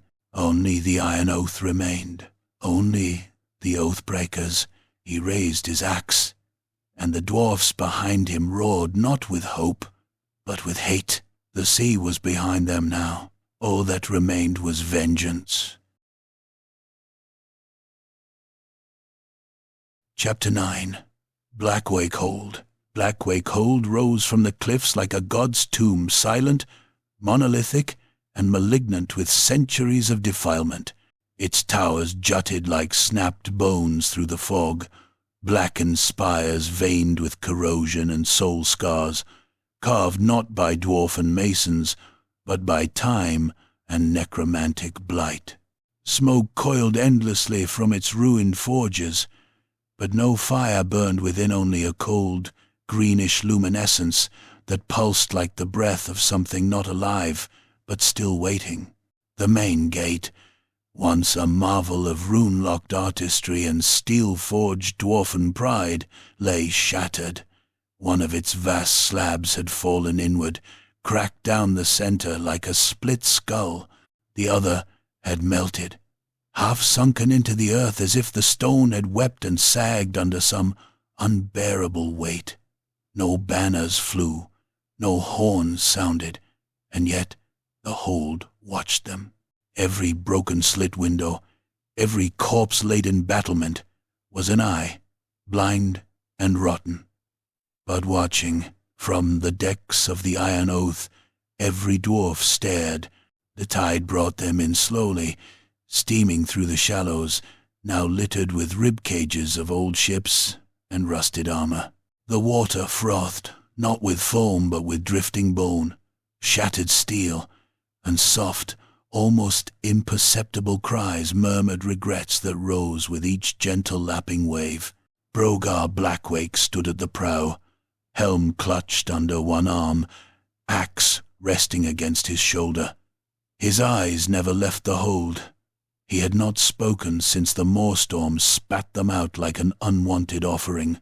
He had only watched and waited. The hold had not changed. It was still the same twisted colossus he had fled as a child, but the weight of years of undeath hung on it now like chains. What had once been proud was now perverse. What had once been strong was now bloated with corruption. The stones breathed slightly, like the last gasp of a dying man. But he felt no fear, only purpose. The horn blew once deep, long, a single note of finality. The dwarfs moved. Steam canoes dropped into the surf, black iron hulls hissing as they cut through corpse-laden waters. Runes glowed along their keels, warding against the worst of the necromantic sickness. Iron-clad boots splashed into the shallows as boarding parties assembled, weapons gripped tight, prayers murmured or spat. There were fewer than 50 of them left now, the last of the iron revenants. Each carried their own scars. Some wore full plate scarred black from demonic claws. Others bore stumps where limbs had once been replaced with mechanized claws, flamethrower rigs, or rune shields bolted to the flesh. Eyes burned with fury, teeth clenched around iron nails or oaths not yet fulfilled. None expected to leave. That was fine. They hadn't come to live. They came to pay. "Open the fire caskets," Brogar ordered. Engineers obeyed, hauling up canisters of compressed alchemical fire, green-burning, fume-belching death, used only in the worst sieges. They loaded them into launcher packs, strapping them to the backs of flame troopers whose helmets had no visors, only grates that leaked smoke from within.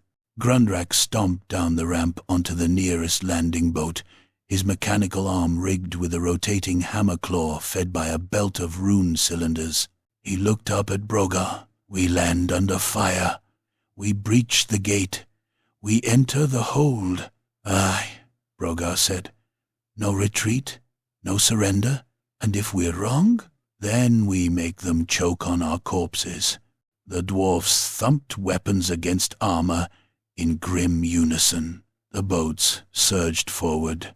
The beach loomed ahead, a wide sweep of ash-stained sand and broken siege wreckage, framed by jagged rock formations that resembled reaching hands. And just above the cliffs, visible now through the dispersing mist, the siege engines woke. They emerged from the walls like tumors, great rusted mechanisms of bone and metal, operated by skeletal crews and bound spirits. Catapults crafted from snapped femurs hurled barrels of cursed pitch that screamed mid-air. Cannon mouths gaped open, carved with screaming runes, spitting black fire and skull-shot. Ballistae whined as they fired harpoons tipped with rotten meat, chains trailing behind them like intestines. The sky screamed. The first volley struck. One boat vanished in a gout of green flame. the fire cackling as it clung to iron and screamed in the voices of those it burned. Another boat was impaled, its prow pierced by a harpoon that dragged it halfway up the beach before slamming it into the rocks. Still, the dwarfs pushed forward. "Raise the runic shields," Grundrak bellowed. The engineers activated warding disc circle runes that flared into translucent barriers of orange light, deflecting the worst of the enemy barrage. Arrows made from obsidian and bone shattered on impact. Spectral hands clawed at the edges, unable to breach. They landed with the fury of an avalanche. The first dwarfs onto the beach hit the sand running, shields high, hammers up. Flame troopers stepped forward and let loose streams of searing fire that painted the cliffside in green and gold. Undead defenders burst into flame, their fleshless bodies shrieking in alien voices as they stumbled from their crenellations, crashing down in burning chunks. The others came faster.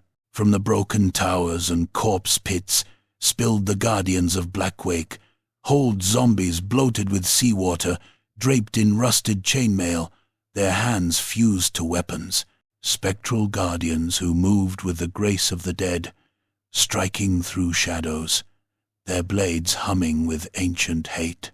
And worst of all, the bone hulk's giant conglomerates of skeletons melded into a single mass, wielding tree trunk clubs made from fused femurs and steel. Brogar was first into the fray. Oathcleaver met the first undead in an upward arc that severed ribcage and spine in one swing. He pivoted, burying the blade into the face of a second before driving his boot into a third. Blood, black, brackish, stinking of old rot splattered across his armor. He did not pause. Flame streamed from behind him as the troopers cleared the higher ground, incinerating nests of archers and shrieking banshees before they could react.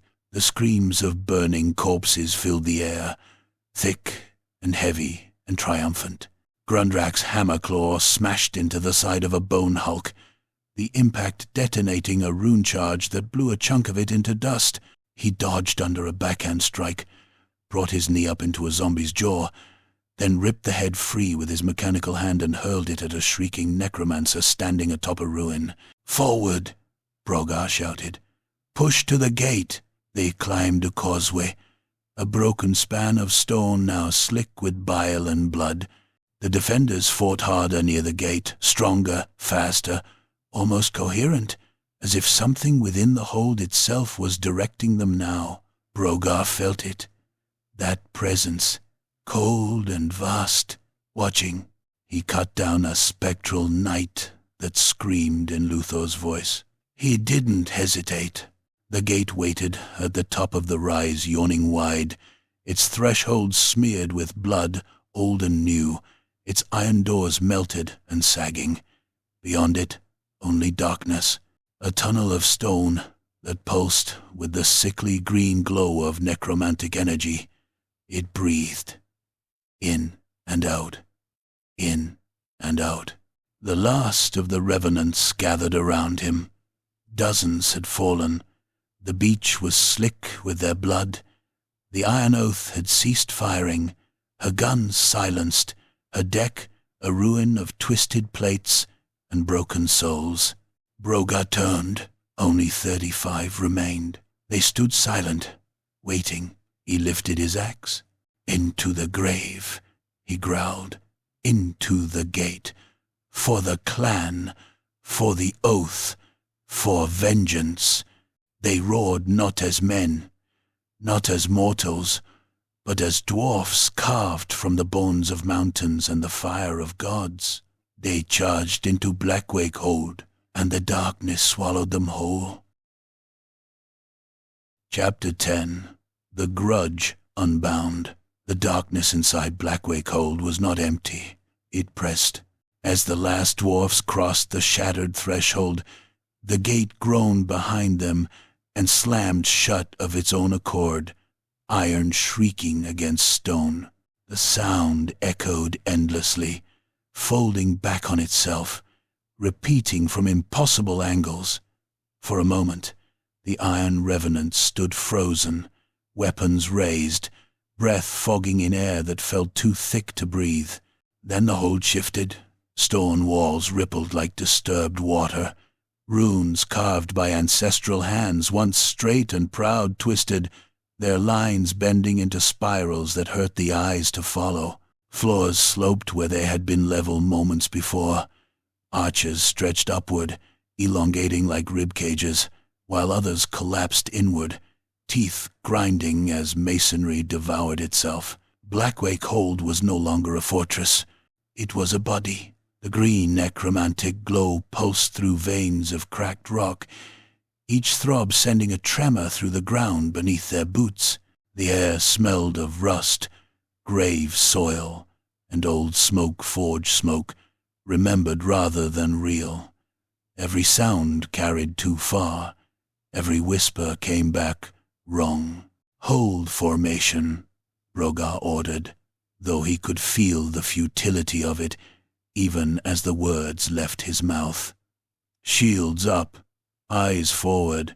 The passage ahead forked, then forked again, corridors folding in on themselves like a shattered rune wheel. What had once been the main hall, a grand avenue of pillars and ancestor statues, now resembled a canyon of fused bone and stone. The statues still stood, but their faces had melted together, expressions stretched into eternal screams, hands reaching from the walls as if trying to pull themselves free. One dwarf, wretched. Another whispered a prayer to Grimnir and bit down on the prayer nail driven through his tongue, blood spilling as he forced himself silent. "This isn't architecture," Grundrak muttered, his mechanical arm clicking erratically. "It's a spell," finished Rune Priest Borim, one of the last. His beard was singed short, his eyes bloodshot, but the runes tattooed into his scalp glowed faintly as he studied the walls. No, worse, a binding. The hold's been hollowed out and rewritten. Reality's been bent inward, wrapped around a core of necromancy. The floor lurched violently.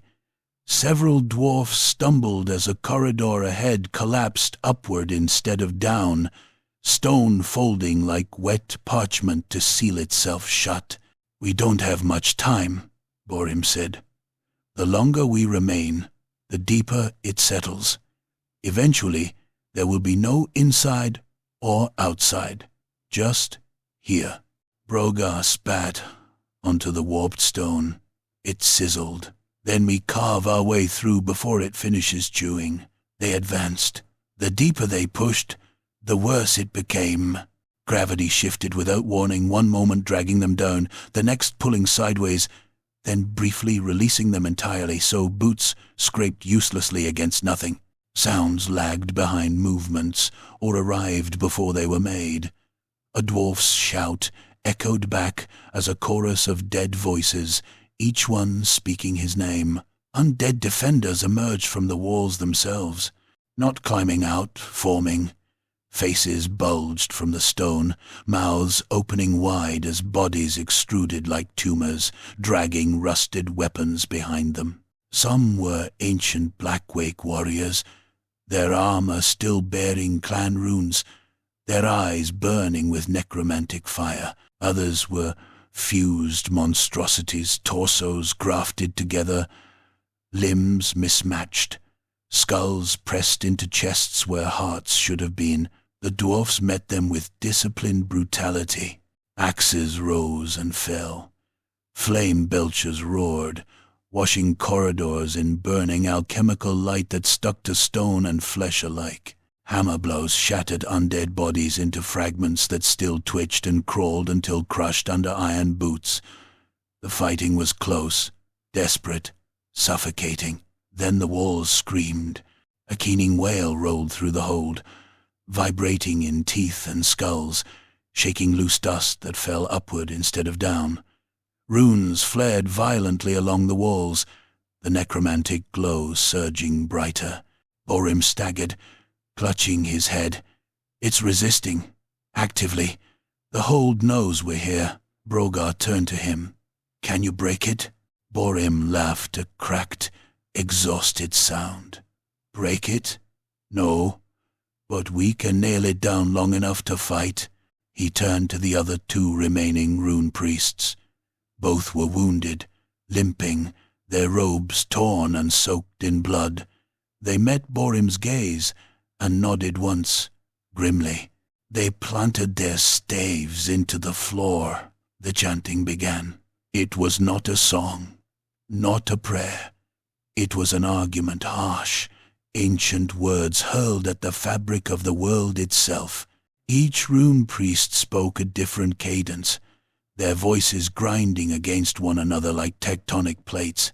Runes ignited along the floor, walls, and ceiling, blazing gold and white as they overwrote the necromantic sigils beneath. Reality screamed. The corridors shuddered, then locked. Stone snapped back into something resembling right angles. Gravity settled mostly. The pulsing glow dimmed, retreating like a wounded beast. Borim gasped, blood running freely from his nose. "It won't hold forever. We've anchored a few key junctions, nothing more. The rest of the hold is still wrong." Brogar nodded. "Then we move fast." He turned to the surviving crew, 35 dwarfs now reduced to 27. "We split," he said. A murmur rippled through them. "Small teams, secure key points, forge halls, rune vaults, ancestor shrines. Anything that looks important, corrupted, or hungry.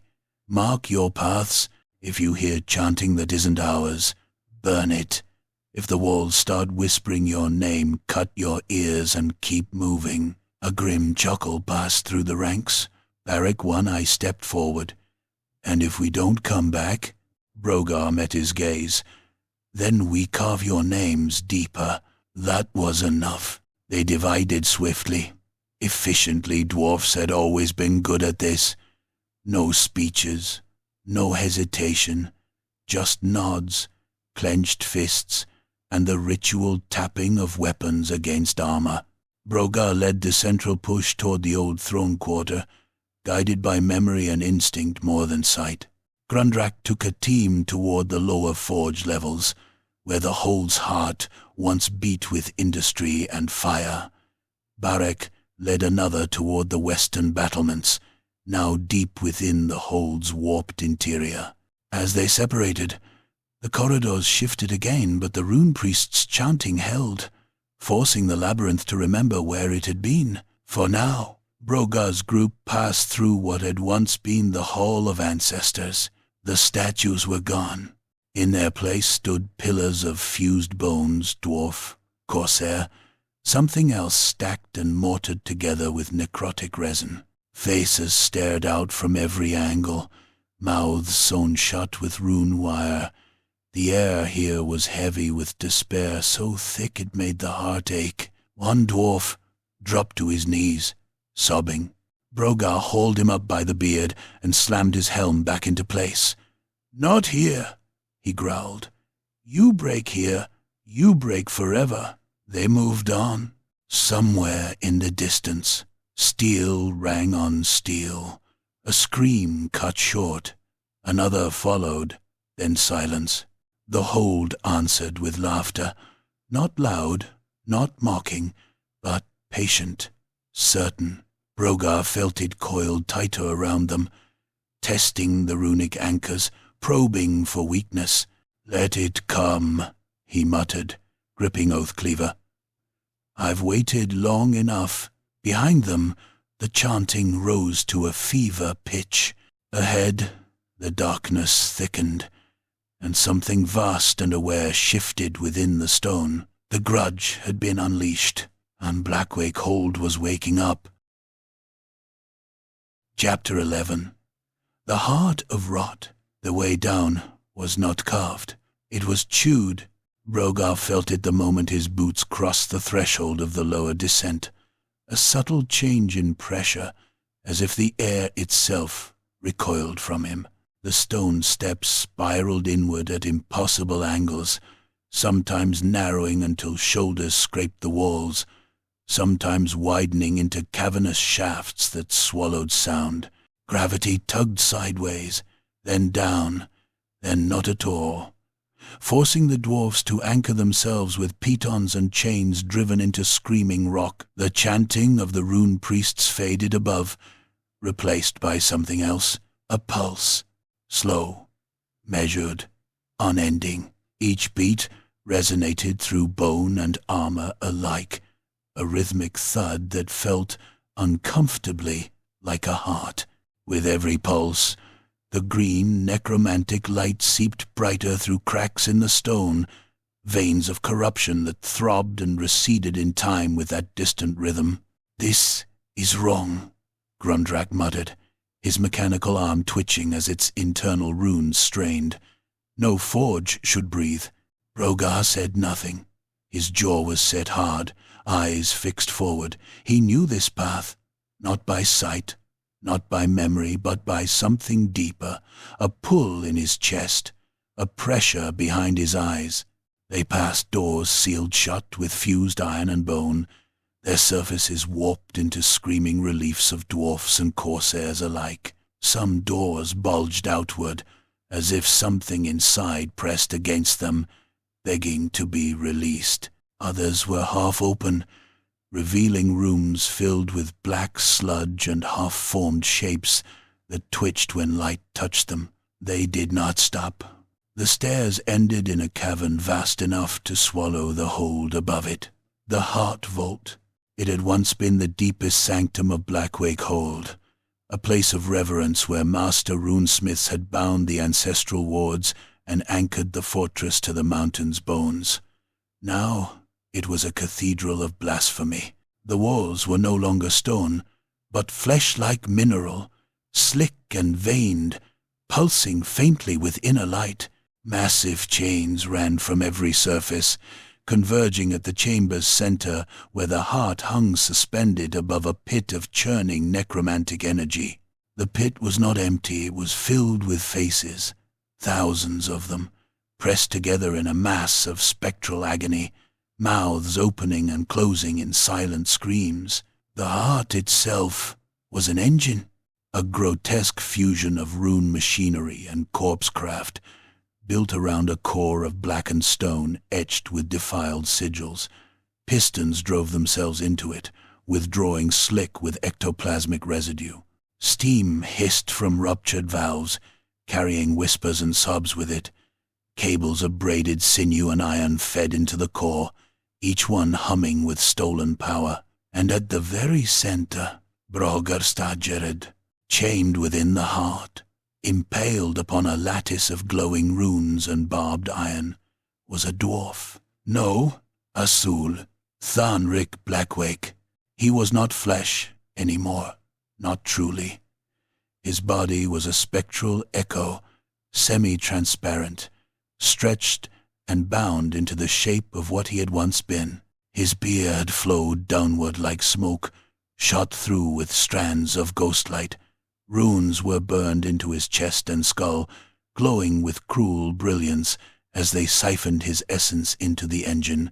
His eyes were open. They were not empty. They were aware. Every beat of the heart tore a fragment of power from him, and with it came a sound not audible to the ear, but felt in the soul. A scream stretched across centuries, never allowed to end. One of the dwarfs behind Brogar fell to his knees. Retching, Grundrak made a strangled sound, his mechanical arm locking rigid. Ancestor's mercy. Brogar did not move. He could not breathe. The world narrowed to that single figure, bound and broken. Memory crashed over him like a tidal wave, the smell of forged smoke, the weight of his father's hand on his shoulder, the thunder of his voice on the battlements. Run? The heart pulsed. Thanrik's head lifted. His eyes met Brogar's. The runes flared, and the chamber shook as a voice poured directly into Brogar's mind. Not the mocking silk of the corpse thing, not the seductive whisper of the dead god beyond the sea.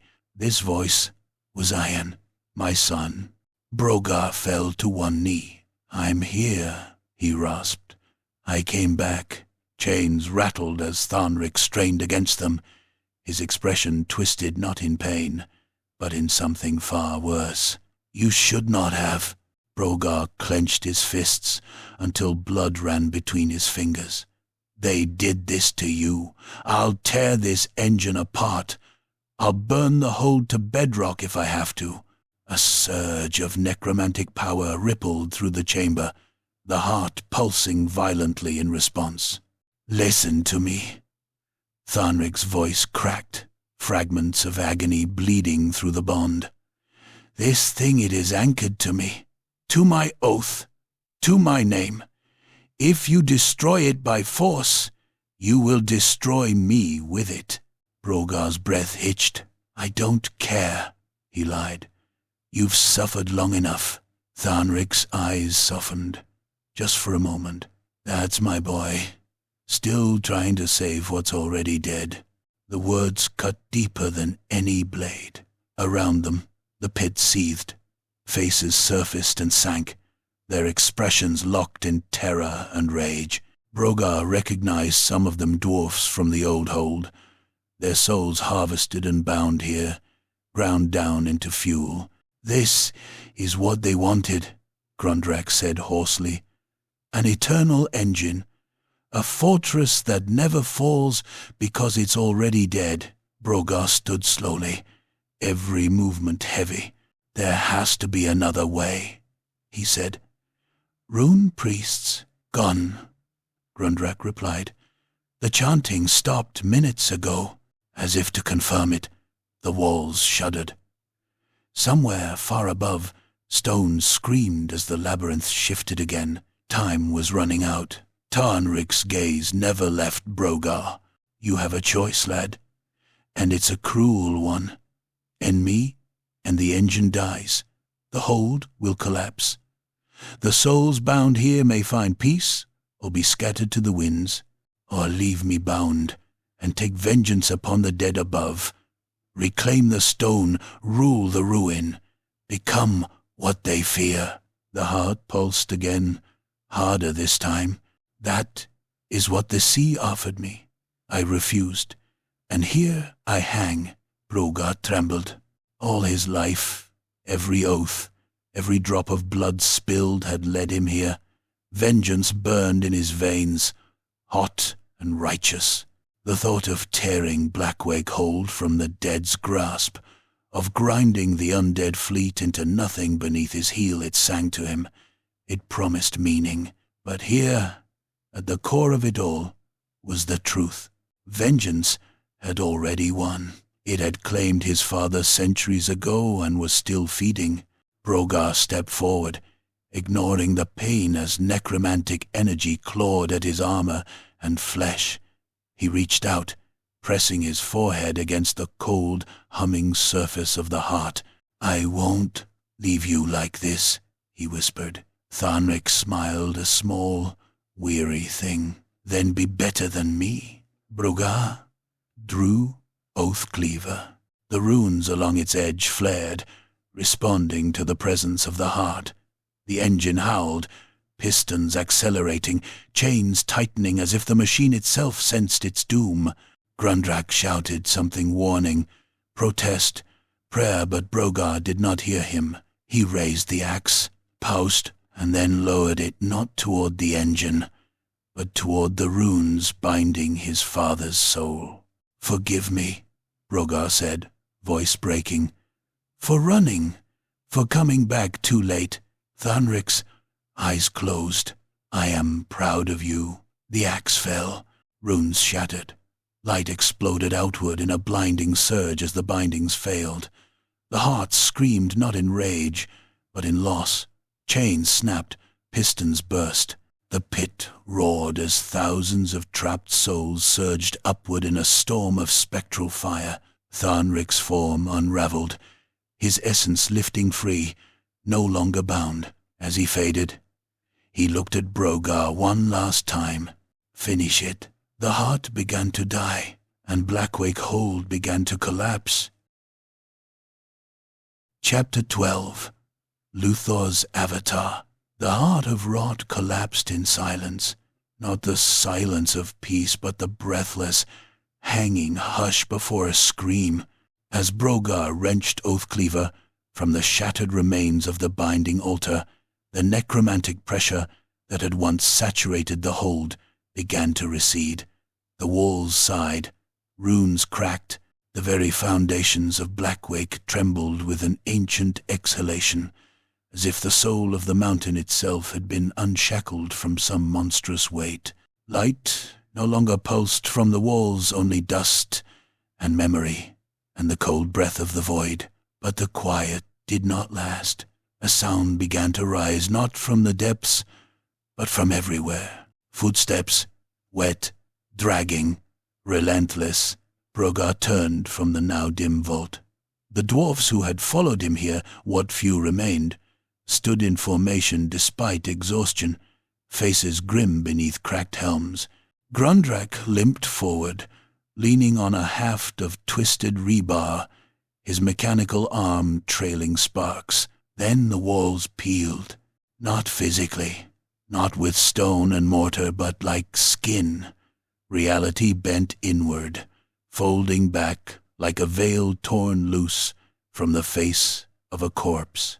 The shadows deepened, thickening into tendrils, curling into patterns that no mind could follow. And from the blackness stepped a thing. It stood nearly 3 times Brogar's height, an abomination born not of flesh, but memory, sea, and hate. Its body was a jigsaw of bones and rusted iron plates, barnacles clustered in the gaps, seaweed trailing like rotting banners. The skull that crowned it was fused with a rusted admiral's helm, half collapsed and fused to the creature's spine. Within its hollow sockets glowed a twin flame of sea-born witchlight, cold and knowing. Across its chest, bound into the bone and metal with chains made of drowned souls, was a ribcage, Tharnrik's ribcage, cracked and warped, pulsing faintly with stolen power. The thing raised a hand, long-fingered, skeletal, claws curved like anchor hooks. A voice echoed from its core. Brogar Blackwake, slayer of his own blood, breaker of chains, little beardling who ran. Brogar stepped forward. I didn't run this time.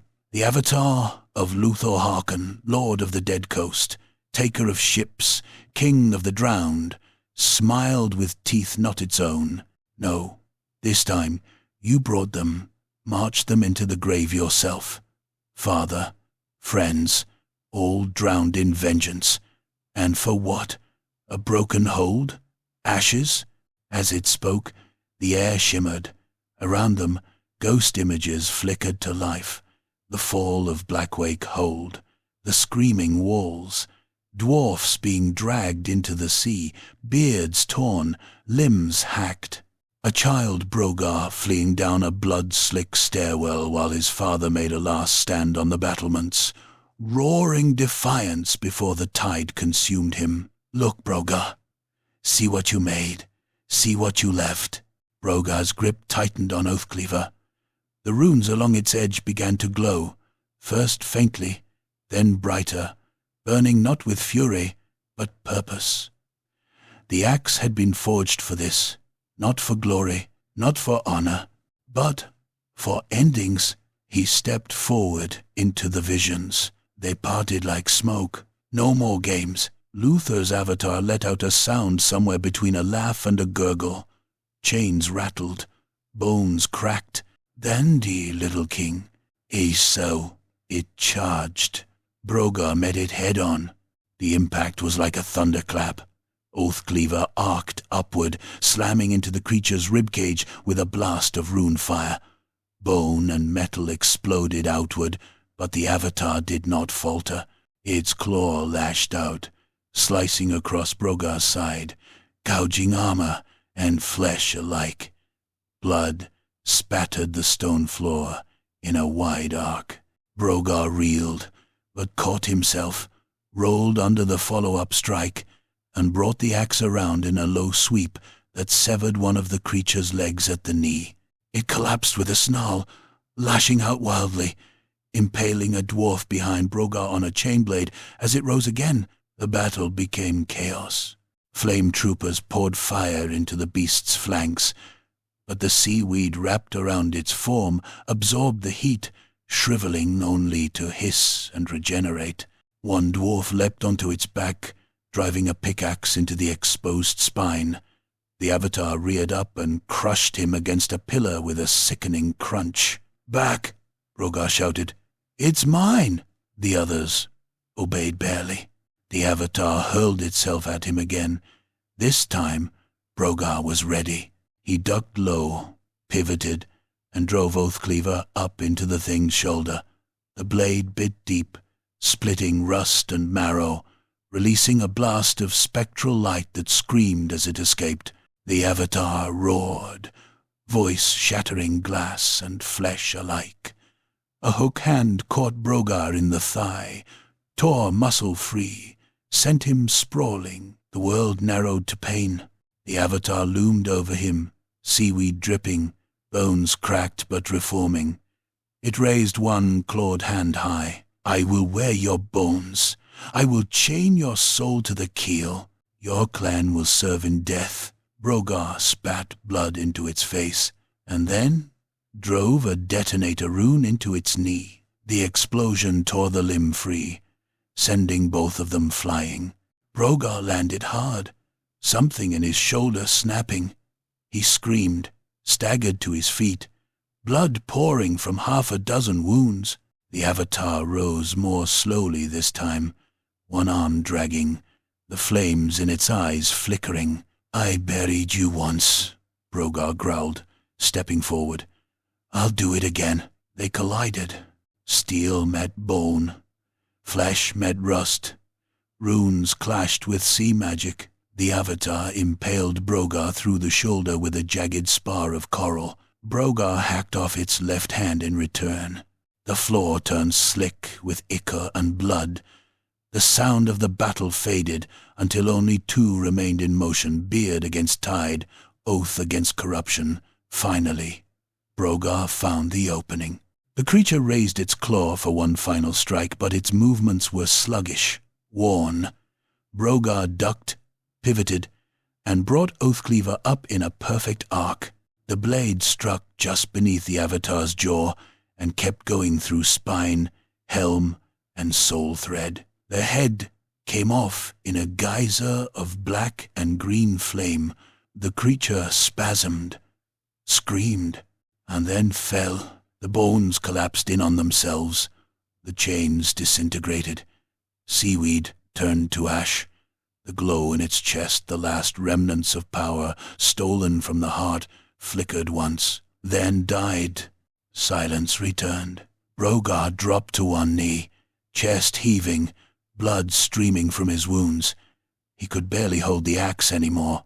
His vision blurred, but he was still alive. Grundrak limped toward him, face pale. "You did it." Brogar didn't reply. He stared at the smoldering ruin of the avatar, at the fragments of what had once been Luthor Harkon's touch upon the world. Then he looked up at the cracked ceiling of Blackwake Hold and waited for it to fall. Chapter 13. Steam and Flame. Blackwake Hold trembled. The bones of the mountain groaned as Brogar Blackwake rose slowly from the ruin of Luthor's avatar, his limbs leaden, lungs heaving for breath that came thick with blood. The remains of the undead construct smoked and hissed across the vault floor, bone fragments etched with sea runes, rusted iron plates steaming where rune fire had burned through necrotic enchantment. Whatever dark will had animated the creature was gone, its death scream still echoing through the fortress like the toll of a cracked bell. Brogar staggered forward a step, then fell to one knee. Blood leaked from half a dozen wounds, deep gouges across his chest, a punctured lung, a shoulder torn from its socket.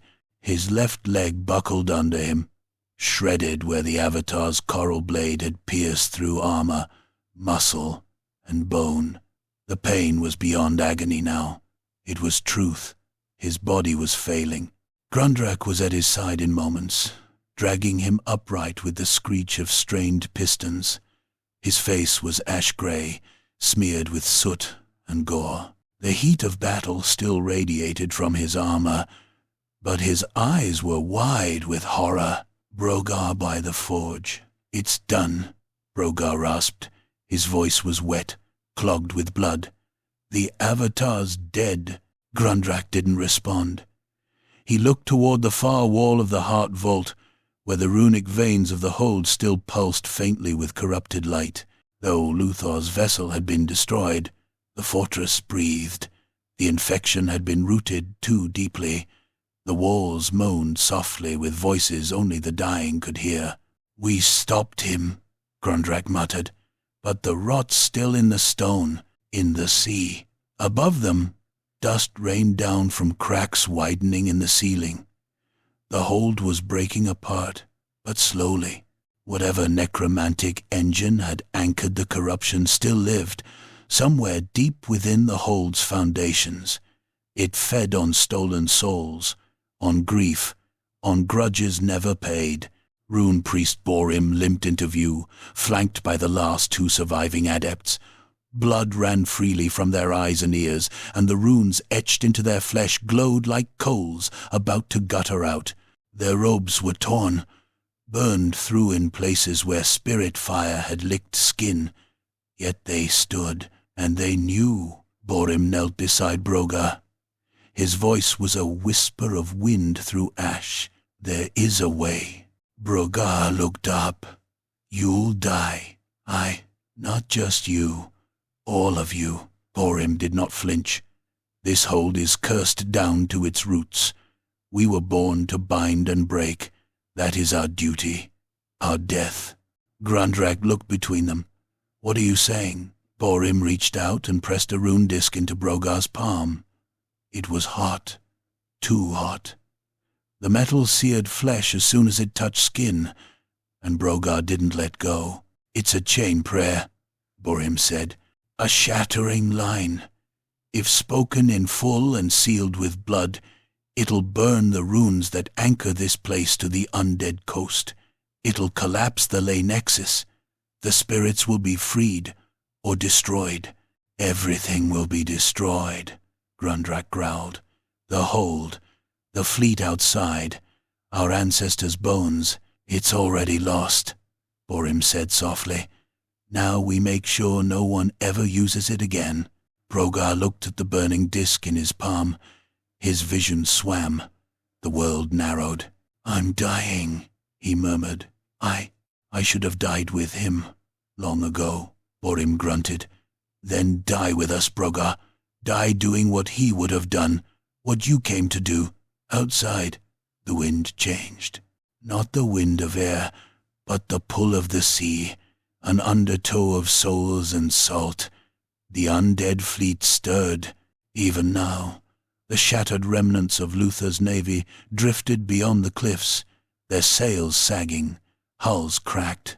The magic holding them together was tethered to the root of Blackwake Hold, bound in chains of blood and bone. So long as the corruption remained, so too would the dead, waiting, watching, rebuilding. Brogar looked at Grundrak. "Get the rest out." Grundrak's mouth opened in protest. "Now," Brogar hissed, "get them back to the Iron Oath. Light the fires. Sound the horns. Warn the living never to return." Grundrak clenched his fists, face twisted in grief. "You should be the one to give the order." Brogar smiled barely. "I just did." The last Iron Revenants climbed the causeway in silence as the hold began to shake. Behind them, Brogar Blackwake knelt before the shattered heart, the three rune priests forming a circle around him, chanting low, guttural syllables that burned the ears to hear. Their blood formed a glowing sigil on the stone floor, a sunburst of vengeance, a rune of undoing. As the spell rose, so did the pressure. Outside, the sea turned violent. The sky cracked open, spilling black lightning. The undead fleet groaned as if aware of its fate. One by one, The cursed ships listed, sails catching wind that did not exist. Their crews staggered on decks, arms raised in silent screams. Soul forges flared and died. And then a sound, not an explosion, not a cry, a rune, spoken aloud. It tore the air apart. From the summit of the Iron Oath's deck, Grundrak turned just in time to see the mountain light up. A column of golden white fire erupted from the heart of the hold, piercing the clouds, ripping through the stone like a god's hammer. The cliffs cracked, the sea recoiled. Then came the shockwave. It rolled outward in a halo of rune light and thunder. The undead fleet buckled. One by one, the ships burst apart, decks splintering, masts shattering, keels snapping like dry bone. The souls that had once been bound to hull and mast shrieked as they were torn free, hurled skyward in ribbons of ectoplasm and light.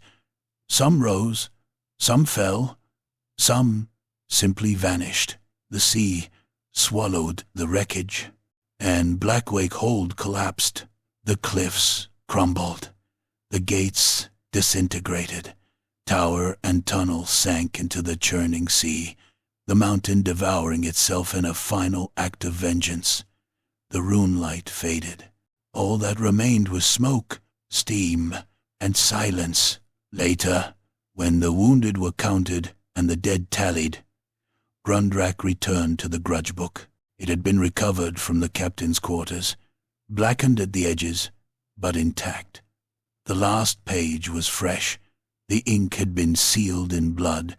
One line: "The debt is paid." Chapter 14. The grudge is paid. Blackwake Hold still stood, not as it once had, in glory, in defiance, in stone unbent by time, but as a ruin, hollowed by war and purged by fire. The sea still beat against the cliffs where the fortress had once stretched proudly toward the sky, but now its towers were stumps of cracked basalt, its battlements blackened and broken, its gates buried beneath collapsed vaults and splintered iron. Where the heart of rot had once pulsed with necromantic sickness, now only ash and stillness remained. And silence, a silence not of fear, nor of the living holding their breath, but of completion, of payment. Among the wreckage, smoke drifting like the ghosts of long-dead kings, sat Brogar Blackwake. He was dying. The pain had dulled, grown distant. His armor hung on him like a corpse on a pyre, the metal scorched and fractured, the runes etched into it cracked and flickering faintly. Blood soaked the shattered flagstones around his boots, a pool that no longer grew. One arm hung useless, bandaged in a sleeve of clotted cloth. His side was caved in, where Luthor's hook had split his ribs like firewood. But his eyes remained clear. They looked across the ruin, across the cliffs now scattered with the corpses of broken siege engines and burned-out undead constructs. The wind brought only salt now. No whispers, no screams, just the endless, endless ocean and the promise of its retreat. And before him, a throne. Not the ancestral seat of Blackwake Hold. It had long ago crumbled into a monument of charred stone and fallen pride, but the broken stump of what remained, a cracked dais of runic iron and granite, jagged with loss and time, scorched by war and spellfire. No cushion, no banner. It was perfect. He sat upon it slowly, every motion a scream muffled in clenched teeth and iron will. He let his body rest. He let the weight of the years, of oaths fulfilled, finally settle into his bones. And then he saw him, across the smoke, standing in the half-light between what was and what should be, stood Thornrick Blackwake, no longer chained, no longer twisted by necromancy. The spirit shimmered faintly, like heat above a forge, still dwarfen in form, broad-shouldered, hammer in hand, beard braided with runes but free. His features were firm again, proud, stern as they had always been, but softer now too, tinged with something beyond pride, beyond grief. Peace. For a long time, neither spoke. Then Tharnrik nodded once. You paid the grudge, Brogar exhaled, ragged and full of pain, but also something lighter than it had been in years. I burned the debt to the last mark. His father's spirit stepped forward. The runes around him flared once, recognizing him not as a cursed thing, but as an honored dead. He placed a hand on Brogar's shoulder. No weight, no pressure, just presence. You did what I could not. Brogar coughed, wet, low. Blood flecked his beard. I did what had to be done. That's all. You'd have done the same. Tharnrik smiled faintly. I tried. They shared that look. One final time. Then the spirit of Tharnrik Blackwake began to fade, his form unraveling like smoke from a forged chimney, rising upward into the cracked, open sky. Not with a wail, not with fury, but with quiet, satisfied finality. Brogar watched until the last glimmer disappeared. Only then did he let go of the breath he had been holding for 200 years. Footsteps approached from behind. Grundrak, battered, bloodied, limping, but alive. His beard was singed to uneven lengths, his armor pitted with burn marks and blade scores. His mechanical arm, barely functioning, dragged uselessly behind him, gears fused and wires split. But he carried something in his other hand, pressed tight to his chest like a relic, the Grudge book. He approached the throne slowly, hesitantly, as if unsure of what to say. Brogar looked up at him, face pale, lips cracked. Still standing, I see. Barely, Grundrak muttered, voice low. He looked around at the ruin the sun had hauled, the smoldering dead, the sea still gnawing at the foundations. It's ours again. Brogar managed a hollow laugh. Not much left to hold, is it? Doesn't matter. It's ours. Grundrak extended the book, but Brogar shook his head. No, not anymore. He reached up with a trembling hand and pushed the book back toward Grundrak, pressing it into the engineer's calloused grip. The old dwarf's eyes widened. Brogar coughed, more blood spattering his beard. You keep it. You write the names from now on. I'm not. You are. Brogar's hand gripped his wrist, still strong, even now. Not because I say so, because someone has to rebuild. Someone has to make sure this ruin doesn't become just another echo. Burn the rot, raise the stone, teach the new ones why it matters. Grundrak's mouth trembled. But what do I say about you? Brogar smiled. If they remember me, tell them I kept the grudge. He leaned back against the broken throne, head tilted to the sky. Tell them I paid it in full. And with those final words, Brogar Blackwake, last of the line, slayer of the drowned, scourge of the dead coast, exhaled a final breath and went still. Grundrak stood in silence for a long time. Then he opened the grudge book to the final page. He dipped a finger into Brogar's blood and wrote, slow and careful, Brogar Blackwake, Captain. He kept the oath. The debt is paid. Chapter 15. Legacy of Ash and Iron. The sea still came for Blackwake Hold. It battered the cliffs day and night, gnawing at the black stone with tireless malice, flinging spray high enough to frost the battlements in winter and slick them red with iron algae in summer.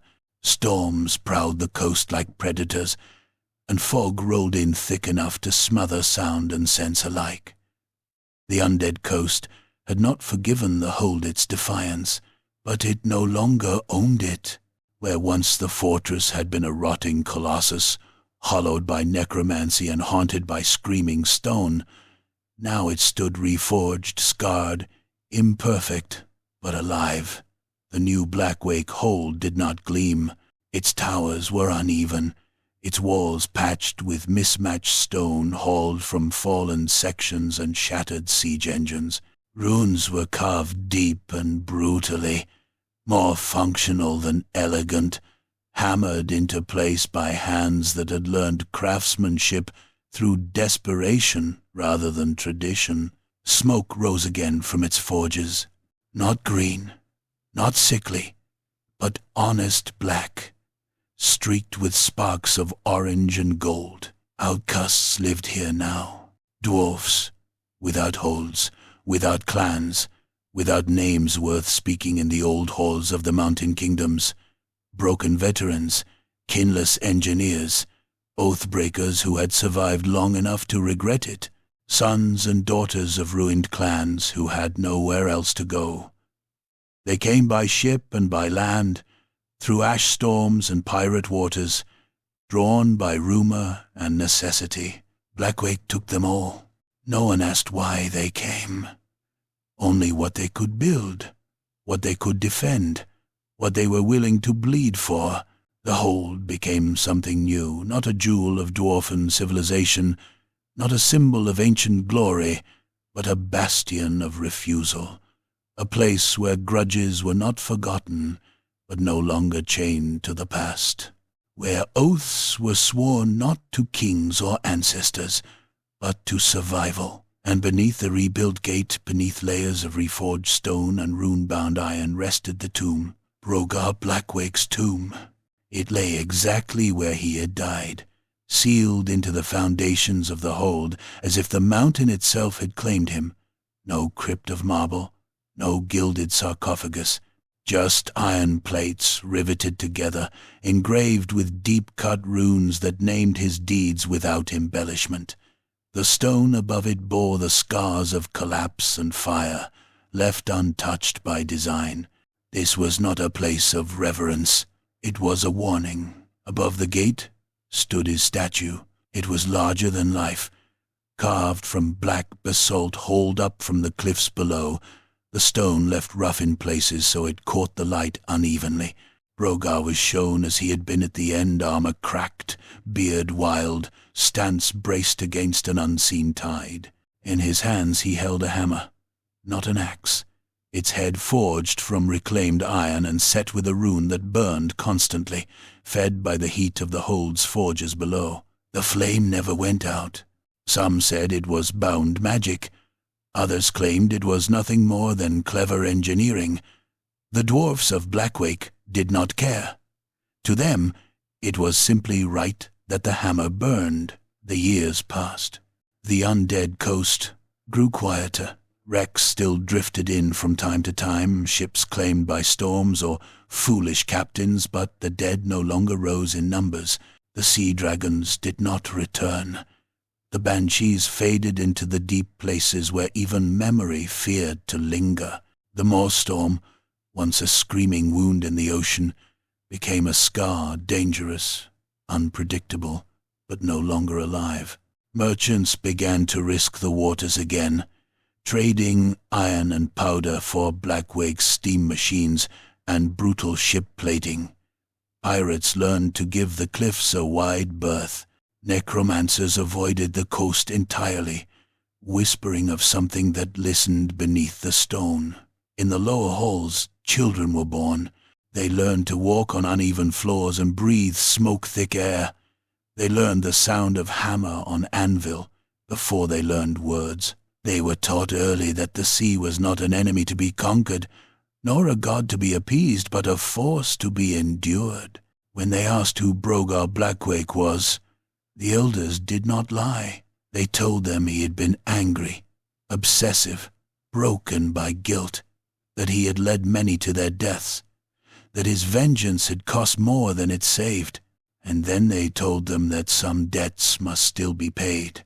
In the highest chamber of the rebuilt Hold, a single book rested on a stone lectern, chained in place not to prevent its theft, but to remind those who read it of its weight.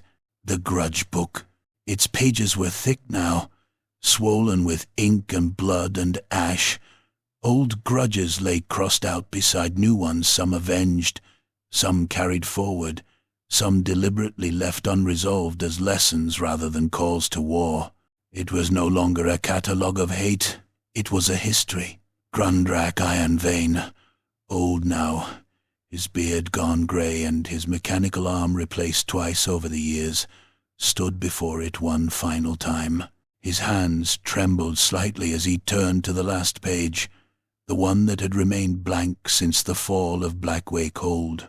He dipped his quill, not in blood this time, but in oil and ash, mixed together in the old way, and he wrote, "Vengeance paid in iron, fire, and blood."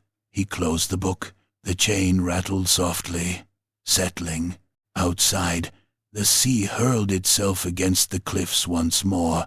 The flame atop Brogar's hammer flared brighter for a moment, then steadied. Blackwake Hold endured, not because it was invincible, but because it remembered.